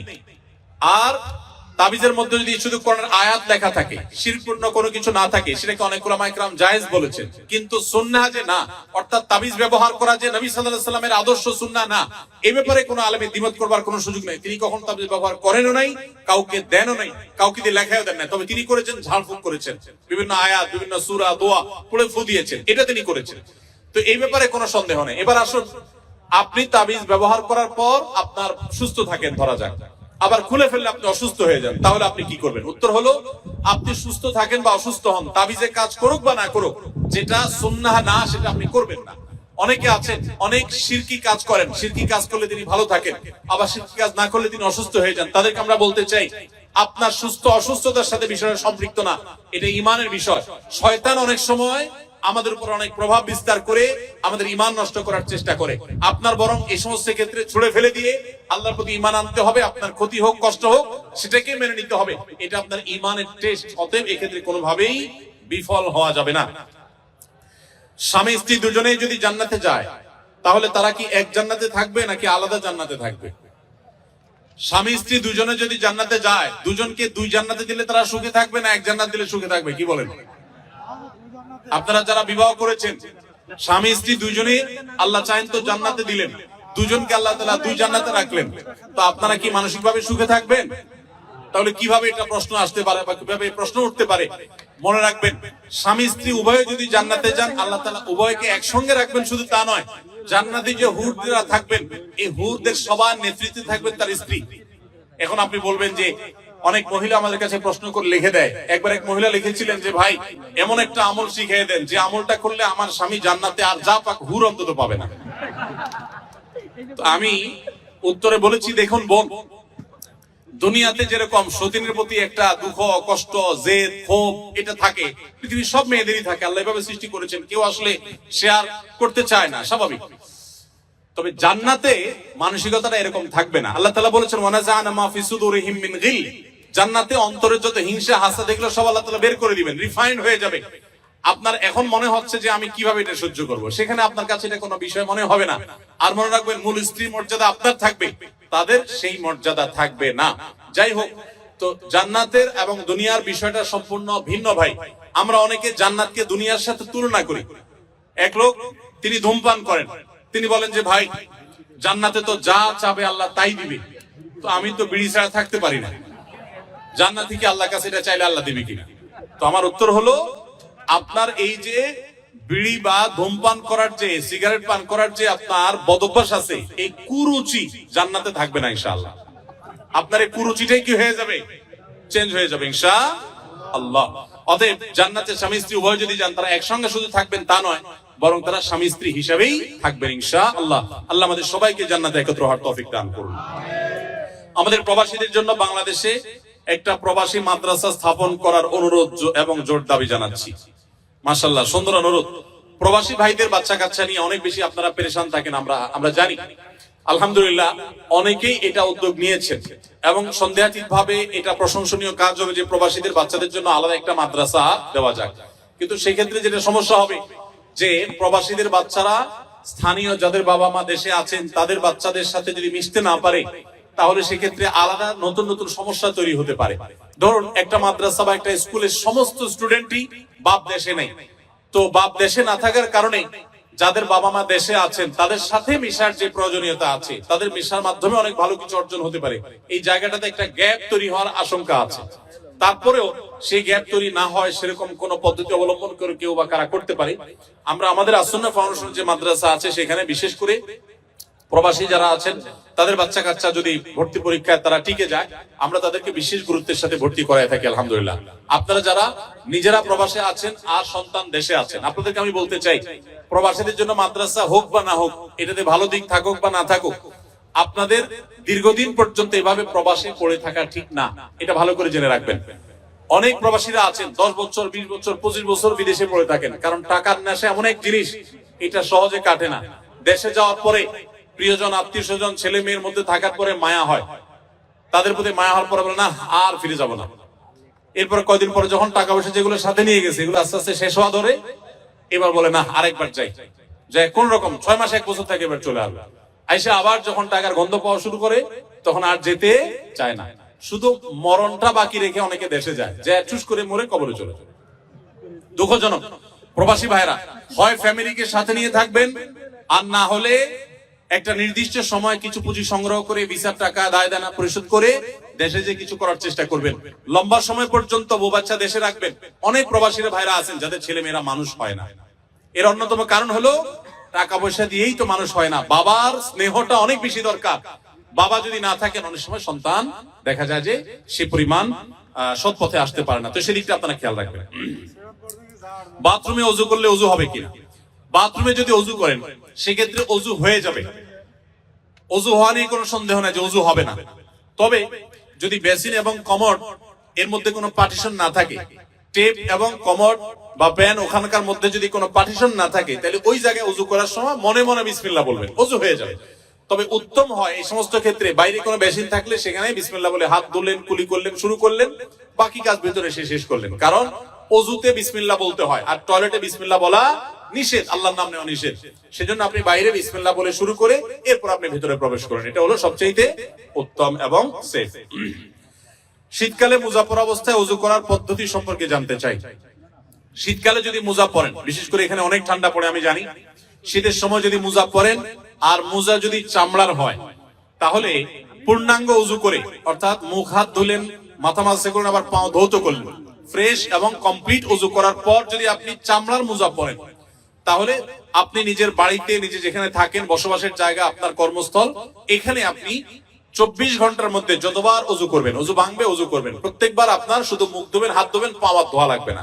ওই মোজার উপরে শুধু ভিজা হাত দিয়ে একটু উপরে টান দিয়ে দিলেই, দুই পায়ের উপরে দুই হাত দিয়ে একটু টান দিয়ে দিলেন, বাস আপনার অজু হয়ে যাবে। এটাকে মোজার উপরে মাসা করা বলা হয়। এই ব্যাপারে কোনো সন্দেহ নেই যেটা জায়েজ আছে। তবে কাপড়ের মোজা যেগুলো আছে এগুলো ব্যবহার করলে মোজার উপরে মাসা করলে চলবে কিনা, এটা নিয়ে ওলামাদের মধ্যে ভিন্ন মত আছে। একদল ওলামাদের মত হলো যে এমন কাপড় হতে হবে যে কাপড় পরে দীর্ঘ পথ আপনি হাঁটতে পারেন। আবার আরেকদল ওলামাদের মত হলো যে কাপড়ের নিচের অংশ মোজার, উপর অংশ হয়তো কাপড়ের, এবং টাকনু পর্যন্ত ঢাকা থাকবে। আরো বিভিন্ন শর্ত আছে, এই সমস্ত শর্ত সাপেক্ষে জায়েজ আছে। আজকাল যে সমস্ত কাপড়ের মোজা সাধারণত পাই আমরা, এগুলো খুবই পাতলা থাকে। এগুলোতে অনেক সময় দেখা যায় যে ফাঁক দিয়া পায়ের চামড়াও দেখা যায়। তো এগুলোতে কিন্তু মাসা করলে মাসা হবে না। তো চামড়ার মোজার ব্যাপারে সবাই একমত যে সেটার উপরে মাসা করলে মাসা বিশুদ্ধ হয়ে যাবে। দাওয়াত দেওয়ার উদ্দেশ্যে কোরিয়ান ভাষা শিখলে সওয়াব হবে কিনা? শুধু সওয়াব হবে? এটা অনেক বড় ইবাদতের বিষয়, অনেক বেশি সওয়াবের বিষয় হবে যদি কেউ দাওয়াতের নিয়তে কোরিয়ান ভাষা শিখেন। শিখলাম, এই ভাষা দিয়ে আমার সুপারভাইজারকে, বিভিন্ন ব্যক্তিকে ইসলামের সৌন্দর্য, ইসলামের বিউটি গুলো আমি তাদের সামনে তুলে ধরবো ইনশাআল্লাহ। এই নিয়তে যদি আপনি শিখেন তাহলে বেশি সওয়াব পাবেন ইনশাআল্লাহ তাআলা। আমরা যারা কোরিয়ায় থাকি তারা আমাদের ছেলে সন্তানকে যদি ইসলামের দায়ী বানাতে চাই তাহলে প্রথম থেকে কিভাবে শুরু করব এবং কোথায় বা কোন প্রতিষ্ঠানে ভর্তি করাবো এবং এর পরের ধাপে কোথায় কিভাবে শুরু করব শেষ পর্যন্ত বলবেন ইনশাআল্লাহ। দেখুন প্রবাসী ভাইরা যারা এই দেশে ফ্যামিলি নিয়ে আছেন, আপনাদের হয়তো আরেকটু সময় লাগবে আপনাদের নিজেদেরকে মসজিদ ভিত্তিক নিজে দেখে আমাকে পরখ করে বলেন। 2-3 জন যদি রেকমেন্ড করেন যে হ্যাঁ এটা ভালো, তাহলে সেখানে আপনি বাচ্চা ভর্তি করাবেন। ভর্তি করার পর চোখ বন্ধ করে ছেড়ে দিবেন না যে হুজুরের কাছে দিয়ে আসেন বাচ্চা মানুষ হয়ে গেছে। একটার পর একটা আপনি ফলো আপ করতে থাকবেন নিয়মিত, যে বাচ্চা ঠিক মতো আছে কিনা, পড়তেছে কিনা, পড়ালেখা, নামাজ কালাম, ইবাদত সব ঠিক আছে কিনা। এরপর আপনি একটা পর্যায়ে ওই সন্তানকে সামনের দিকে একই রুটে একই নিয়মে আপনি নিয়ে আসবেন, প্রয়োজনে দেশের বাইরে পাঠাবেন ইনশাআল্লাহ। কিন্তু নিশ্চয়ই 2-3 জন আলেমের তত্ত্বাবধানে বাচ্চাকে রাখবেন এবং মাঝে মধ্যে আলেমদেরকে দিয়ে চেক করাবেন যে ঠিক আছে। দারিদ্রতা একজন মুসলমানের জন্য অভিশাপ কিনা? আমাদের সমাজে আমাদের নবী সাল্লাল্লাহু আলাইহি ওয়াসাল্লাম খেয়ে না খেয়ে দিন কাটিয়েছেন, কিন্তু দারিদ্রতা বরকত না থাকা আমাদের সমাজে অভিশাপ বলা হয়।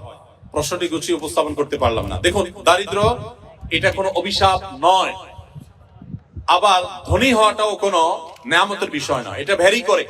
অনেকে ধনী হয়ে জান্নাতে জাহান্নামে যাবে, আবার অনেকে গরিব হয়েও জান্নাতে যাবে। আপনি কি করছেন সেটা হলো বিষয়। অনেক সম্পদ আছে, আপনি সে সম্পদের অপব্যবহার করেছেন, অন্যায়ভাবে সম্পদ উপার্জন করেছেন, তাহলে আপনার জাহান্নামের যাত্রা আপনি নিশ্চিত করেছেন। আবার যদি কেউ গরিব, সে হারামের দিকে যায় নাই, এজন্য সে গরিব থেকেছে, তাহলে গরিব থাকার কারণে সে বরং জান্নাতে যাবে ইনশাআল্লাহ তাআলা। এজন্য জান্নাত এটা গরিবদের ঠিকানা বা জাহান্নাম ধনীদের ঠিকানা বা উল্টা, এরকম কোনো কথা নেই। জান্নাত জাহান্নাম নির্ভর করে মানুষের আমলের উপরে। আপনি ধনী কি গরিব সেটা বিষয় নয়, সম্পদ কিভাবে কামাই করছেন, কোথায় খরচ করেছেন, এটা হলো জান্নাত বা জাহান্নাম যাওয়ার মূল বিষয়। দক্ষিণ কোরিয়াতে মদ পান করা অনেকটা পানি পান করার মতো সহজ। আমরা অনেকেই এখানে শুকরের মাংস থেকে ঠিকই বেঁচে থাকলেও মদ অনেক সহজেই তেমনটা গুরুত্ব না দিয়েই খেয়ে থাকি।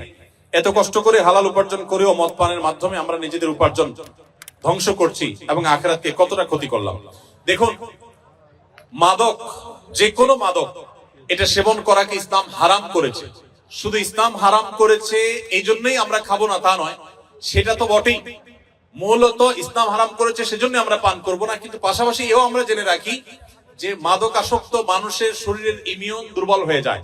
আপনারা দেখেছেন কোভিড-19 তুলনামূলকভাবে মুসলমান দেশগুলোতে দেখবেন যে মানুষ অনেক কম ক্ষতিগ্রস্ত হয়েছে। আমাদের দেশের কথা যদি বলেন, বাংলাদেশে মাস 2 নম্বর না 3 নম্বর না 4 নম্বর আল্লাহ জানে, এই হলো সব 2 নম্বর জিনিসপত্র। কিন্তু আলহামদুলিল্লাহ কোভিড-19 মানুষ আমাদের পার্শ্ববর্তী দেশ ভারতে যেভাবে মারা গেছে, দিল্লিতে যেভাবে লাশের স্তূপ পড়েছে, ঢাকায় সে তুলনায় কিছুই হয় নাই। সৌদি আরব সহ মুসলিম দেশগুলোতে এমন ক্ষতি হয় নাই, অথচ অমুসলিম প্রধান দেশগুলোতে অনেক বেশি ক্ষতি হয়েছে। এর অন্যতম বড় কারণ হলো মুসলিম প্রধান দেশগুলোতে মানুষ সাধারণত মাদক গ্রহণ করে না। মাদক গ্রহণ করতে করতে মানুষের লাং ক্ষতিগ্রস্ত হয়, বিভিন্ন অর্গান ক্ষতিগ্রস্ত হয়, মানুষ ধ্বংসের দিকে চলে যায়। তো আমরা, আল্লাহ তাআলা মাফ করুক, যাদেরকে আল্লাহ তাআলা তৌফিক দিয়েছেন হালাল উপার্জন করার, বিদেশে আসার, তারা এখানকার মাদকের ছড়াছড়ি দেখে যদি এখান থেকে মাদক সেবন করেন, গ্রহণ করেন, তো মনে রাখবেন দুনিয়া উপার্জন করছেন ঠিকই, আপনার আখিরাত ধ্বংস করছেন। মাদক সেবন করা হারাম, কঠোর হারাম। আল্লাহ তাআলা বলেছেন ইন্নামাল খামরু ওয়াল মাইসির ওয়াল আনসাব ওয়াল আজলামু রিজসুম মিন আমালিশ শাইতানি ফাজতানিবু। মদ, জুয়া, এই সবগুলো শয়তানি কর্মকাণ্ড, অতএব এগুলো থেকে তোমরা বিরত থাকো। এই মাদক আসক্ত হয়ে মানুষ অনেক দিবে না, সে জান্নাত থেকে মাহরুম থাকবে। এইজন্য এই লোককে আমাদের সামলানোর চেষ্টা করতে হবে। হারাম মদ পান করবে, আখিরাতের যে ড্রিঙ্কস থাকবে জান্নাতের, সেটা আল্লাহ তাআলা ওই ব্যক্তিকে পান করতে দিবেন না, সে জান্নাত থেকে মাহরুম থাকবে। এইজন্য এই লোককে আমাদের সামলানোর চেষ্টা করতে হবে। কোরিয়াতে আমাদের অনেক সময় কোরিয়ান খাবার খেতে হয়, তারা একই পাত্রে শুকর রান্না করে খায়। আমার প্রশ্ন হচ্ছে, আমরা কি সেই পাত্রে রান্না করে খাবার খেতে পারবো কিনা? কোন পাত্রে যদি শুকর রান্না করা হয়, এরপরে সে পাত্রটা ধুয়ে সম্পূর্ণ পরিষ্কার করে, তার কোনো আলামত নাই, নতুন করে সেখানে ধুয়ে পরিচ্ছন্ন করে ভালো তেল দিয়ে যদি হালাল খাবার রান্না করা হয়, সেই খাবার খাওয়া জায়েজ আছে, এটা হারাম না। যদি পাত্র ধুয়ে পরিষ্কার করে রান্না করা, আর যদি না ধোয়া হয়, ওই পাত্রে আবার রান্না করা হয়, তাহলে আবার কি হবে না? খাওয়া জায়েজ হবে না। অনেকে বলে হারাম বা সন্দেহপূর্ণ খাওয়ার সময় বিসমিল্লাহ বলে খেয়ে নিলে আর অসুবিধা থাকে না। কথাটি সত্য কি? এটা হলো 2 নম্বর মুসলমান যারা, এরা সাধারণত কোনো কিছু হারাম কিন্তু ডাইরেক্ট হারাম খাইতেও আবার ইতস্তত বোধ হয়, এটাকে নিজের জন্য হালাল করার জন্য একটা বুদ্ধি বাইর করছে, এটা ভাই বিসমিল্লাহ বলে খেলে কোনো অসুবিধা নেই। অনেক ডায়াবেটিসের রোগী আছে, তার জন্য মিষ্টি খাওয়া নিষেধ, কিন্তু সে এটা খাওয়াকে হালাল করার জন্য এই মাসালা বাহির করে, বলে আরে বিসমিল্লাহ বলে খেলে কিছু হয় না। তো এগুলা সবগুলা মন গড়া ফতোয়া, এবং এগুলো মোটেও সঠিক কোনো কথা নয়। যেটা হারাম সেটা বিসমিল্লাহ বলে খাইলে শুধু হারাম হবে না, হারাম ডাবল হবে। আর কারণ আপনি একে তো হারামে লিপ্ত হলেন, আবার আল্লাহর নাম নিয়ে সেখানে ফাইজলামতি করলেন, এক ধরনের আল্লাহর প্রতি বিদ্রোহ করলেন, এক ধরনের হারামকে হালাল মনে করলেন। হারামকে হালাল মনে করলে ঈমান নিয়ে টানাটানি শুরু হবে। এই জন্য ভাই, কোনো কিছু সন্দেহপূর্ণ মনে হলে ওটা অ্যাভয়েড করতে হবে এবং হালালের দিকে যেতে হবে। নবী সাল্লাল্লাহু আলাইহি ওয়াসাল্লাম বলেছেন, দা মা ইউরিবুকা ইলা মা লা ইউরিবুক, তোমার যেটা সন্দেহ হয় ওটা বাদ দিয়ে যেটা সন্দেহ হয় না সেই জায়গায় তোমাকে যেতে হবে। এরপরে প্রশ্ন হলো, আপনাকে আল্লাহর জন্য অনেক ভালোবাসি। আমার প্রশ্ন, আমার কাজের এই ব্যস্ততার ভিতরে কিভাবে আল্লাহর প্রিয় বান্দা হতে পারবে, একটু দয়া করে জানাবেন। আল্লাহর প্রিয় বান্দা হওয়ার জন্য 5 ওয়াক্ত নামাজ ঠিকমতো সুন্দর করে সমত আদায় করবেন, চোখের জেনা থেকে বেঁচে থাকবেন, মাদক সহ সকল হারাম থেকে বেঁচে থাকবেন, এবং এই পরিবেশে ভালো মানুষদের, দিনদার আলেম ওলামা মুত্তাকি পরেজগারদের সাথে থাকবেন, তাদের সাথে উঠা বসা করবেন এবং দাওয়াত দেওয়ার মানসিকতা, ইসলাম প্রচারের মানসিকতা রাখবেন। সব সময় আল্লাহর জিকিরে এবং আল্লাহর স্মরণে মাশগুল থাকবেন, ইনশাআল্লাহ আপনি আল্লাহর প্রিয় বান্দা হতে পারবেন। ঔষধের ভিতর যদি শুয়োরের কোনো উপাদান থাকে, তাহলে সে ঔষধ খাওয়া জায়েজ হবে কিনা?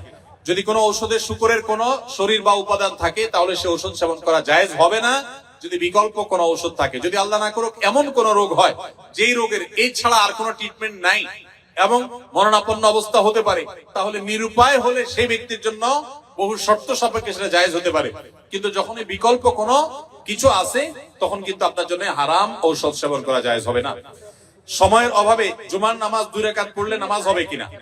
আপনারা যারা প্রবাসে আছেন অনেকে এমন পরিবেশে আছেন যে খুব বেশি সময় পান না, তাহলে চট করে জুমার নামাজ 2 রাকাত আদায় করেছেন, শুধু জুমার ফরজ 2 রাকাত আদায় করেছেন, আগে পরে সুন্নত পড়েন নাই, এটা জায়েজ হতে পারে নিরুপায় ব্যক্তির জন্য। কিন্তু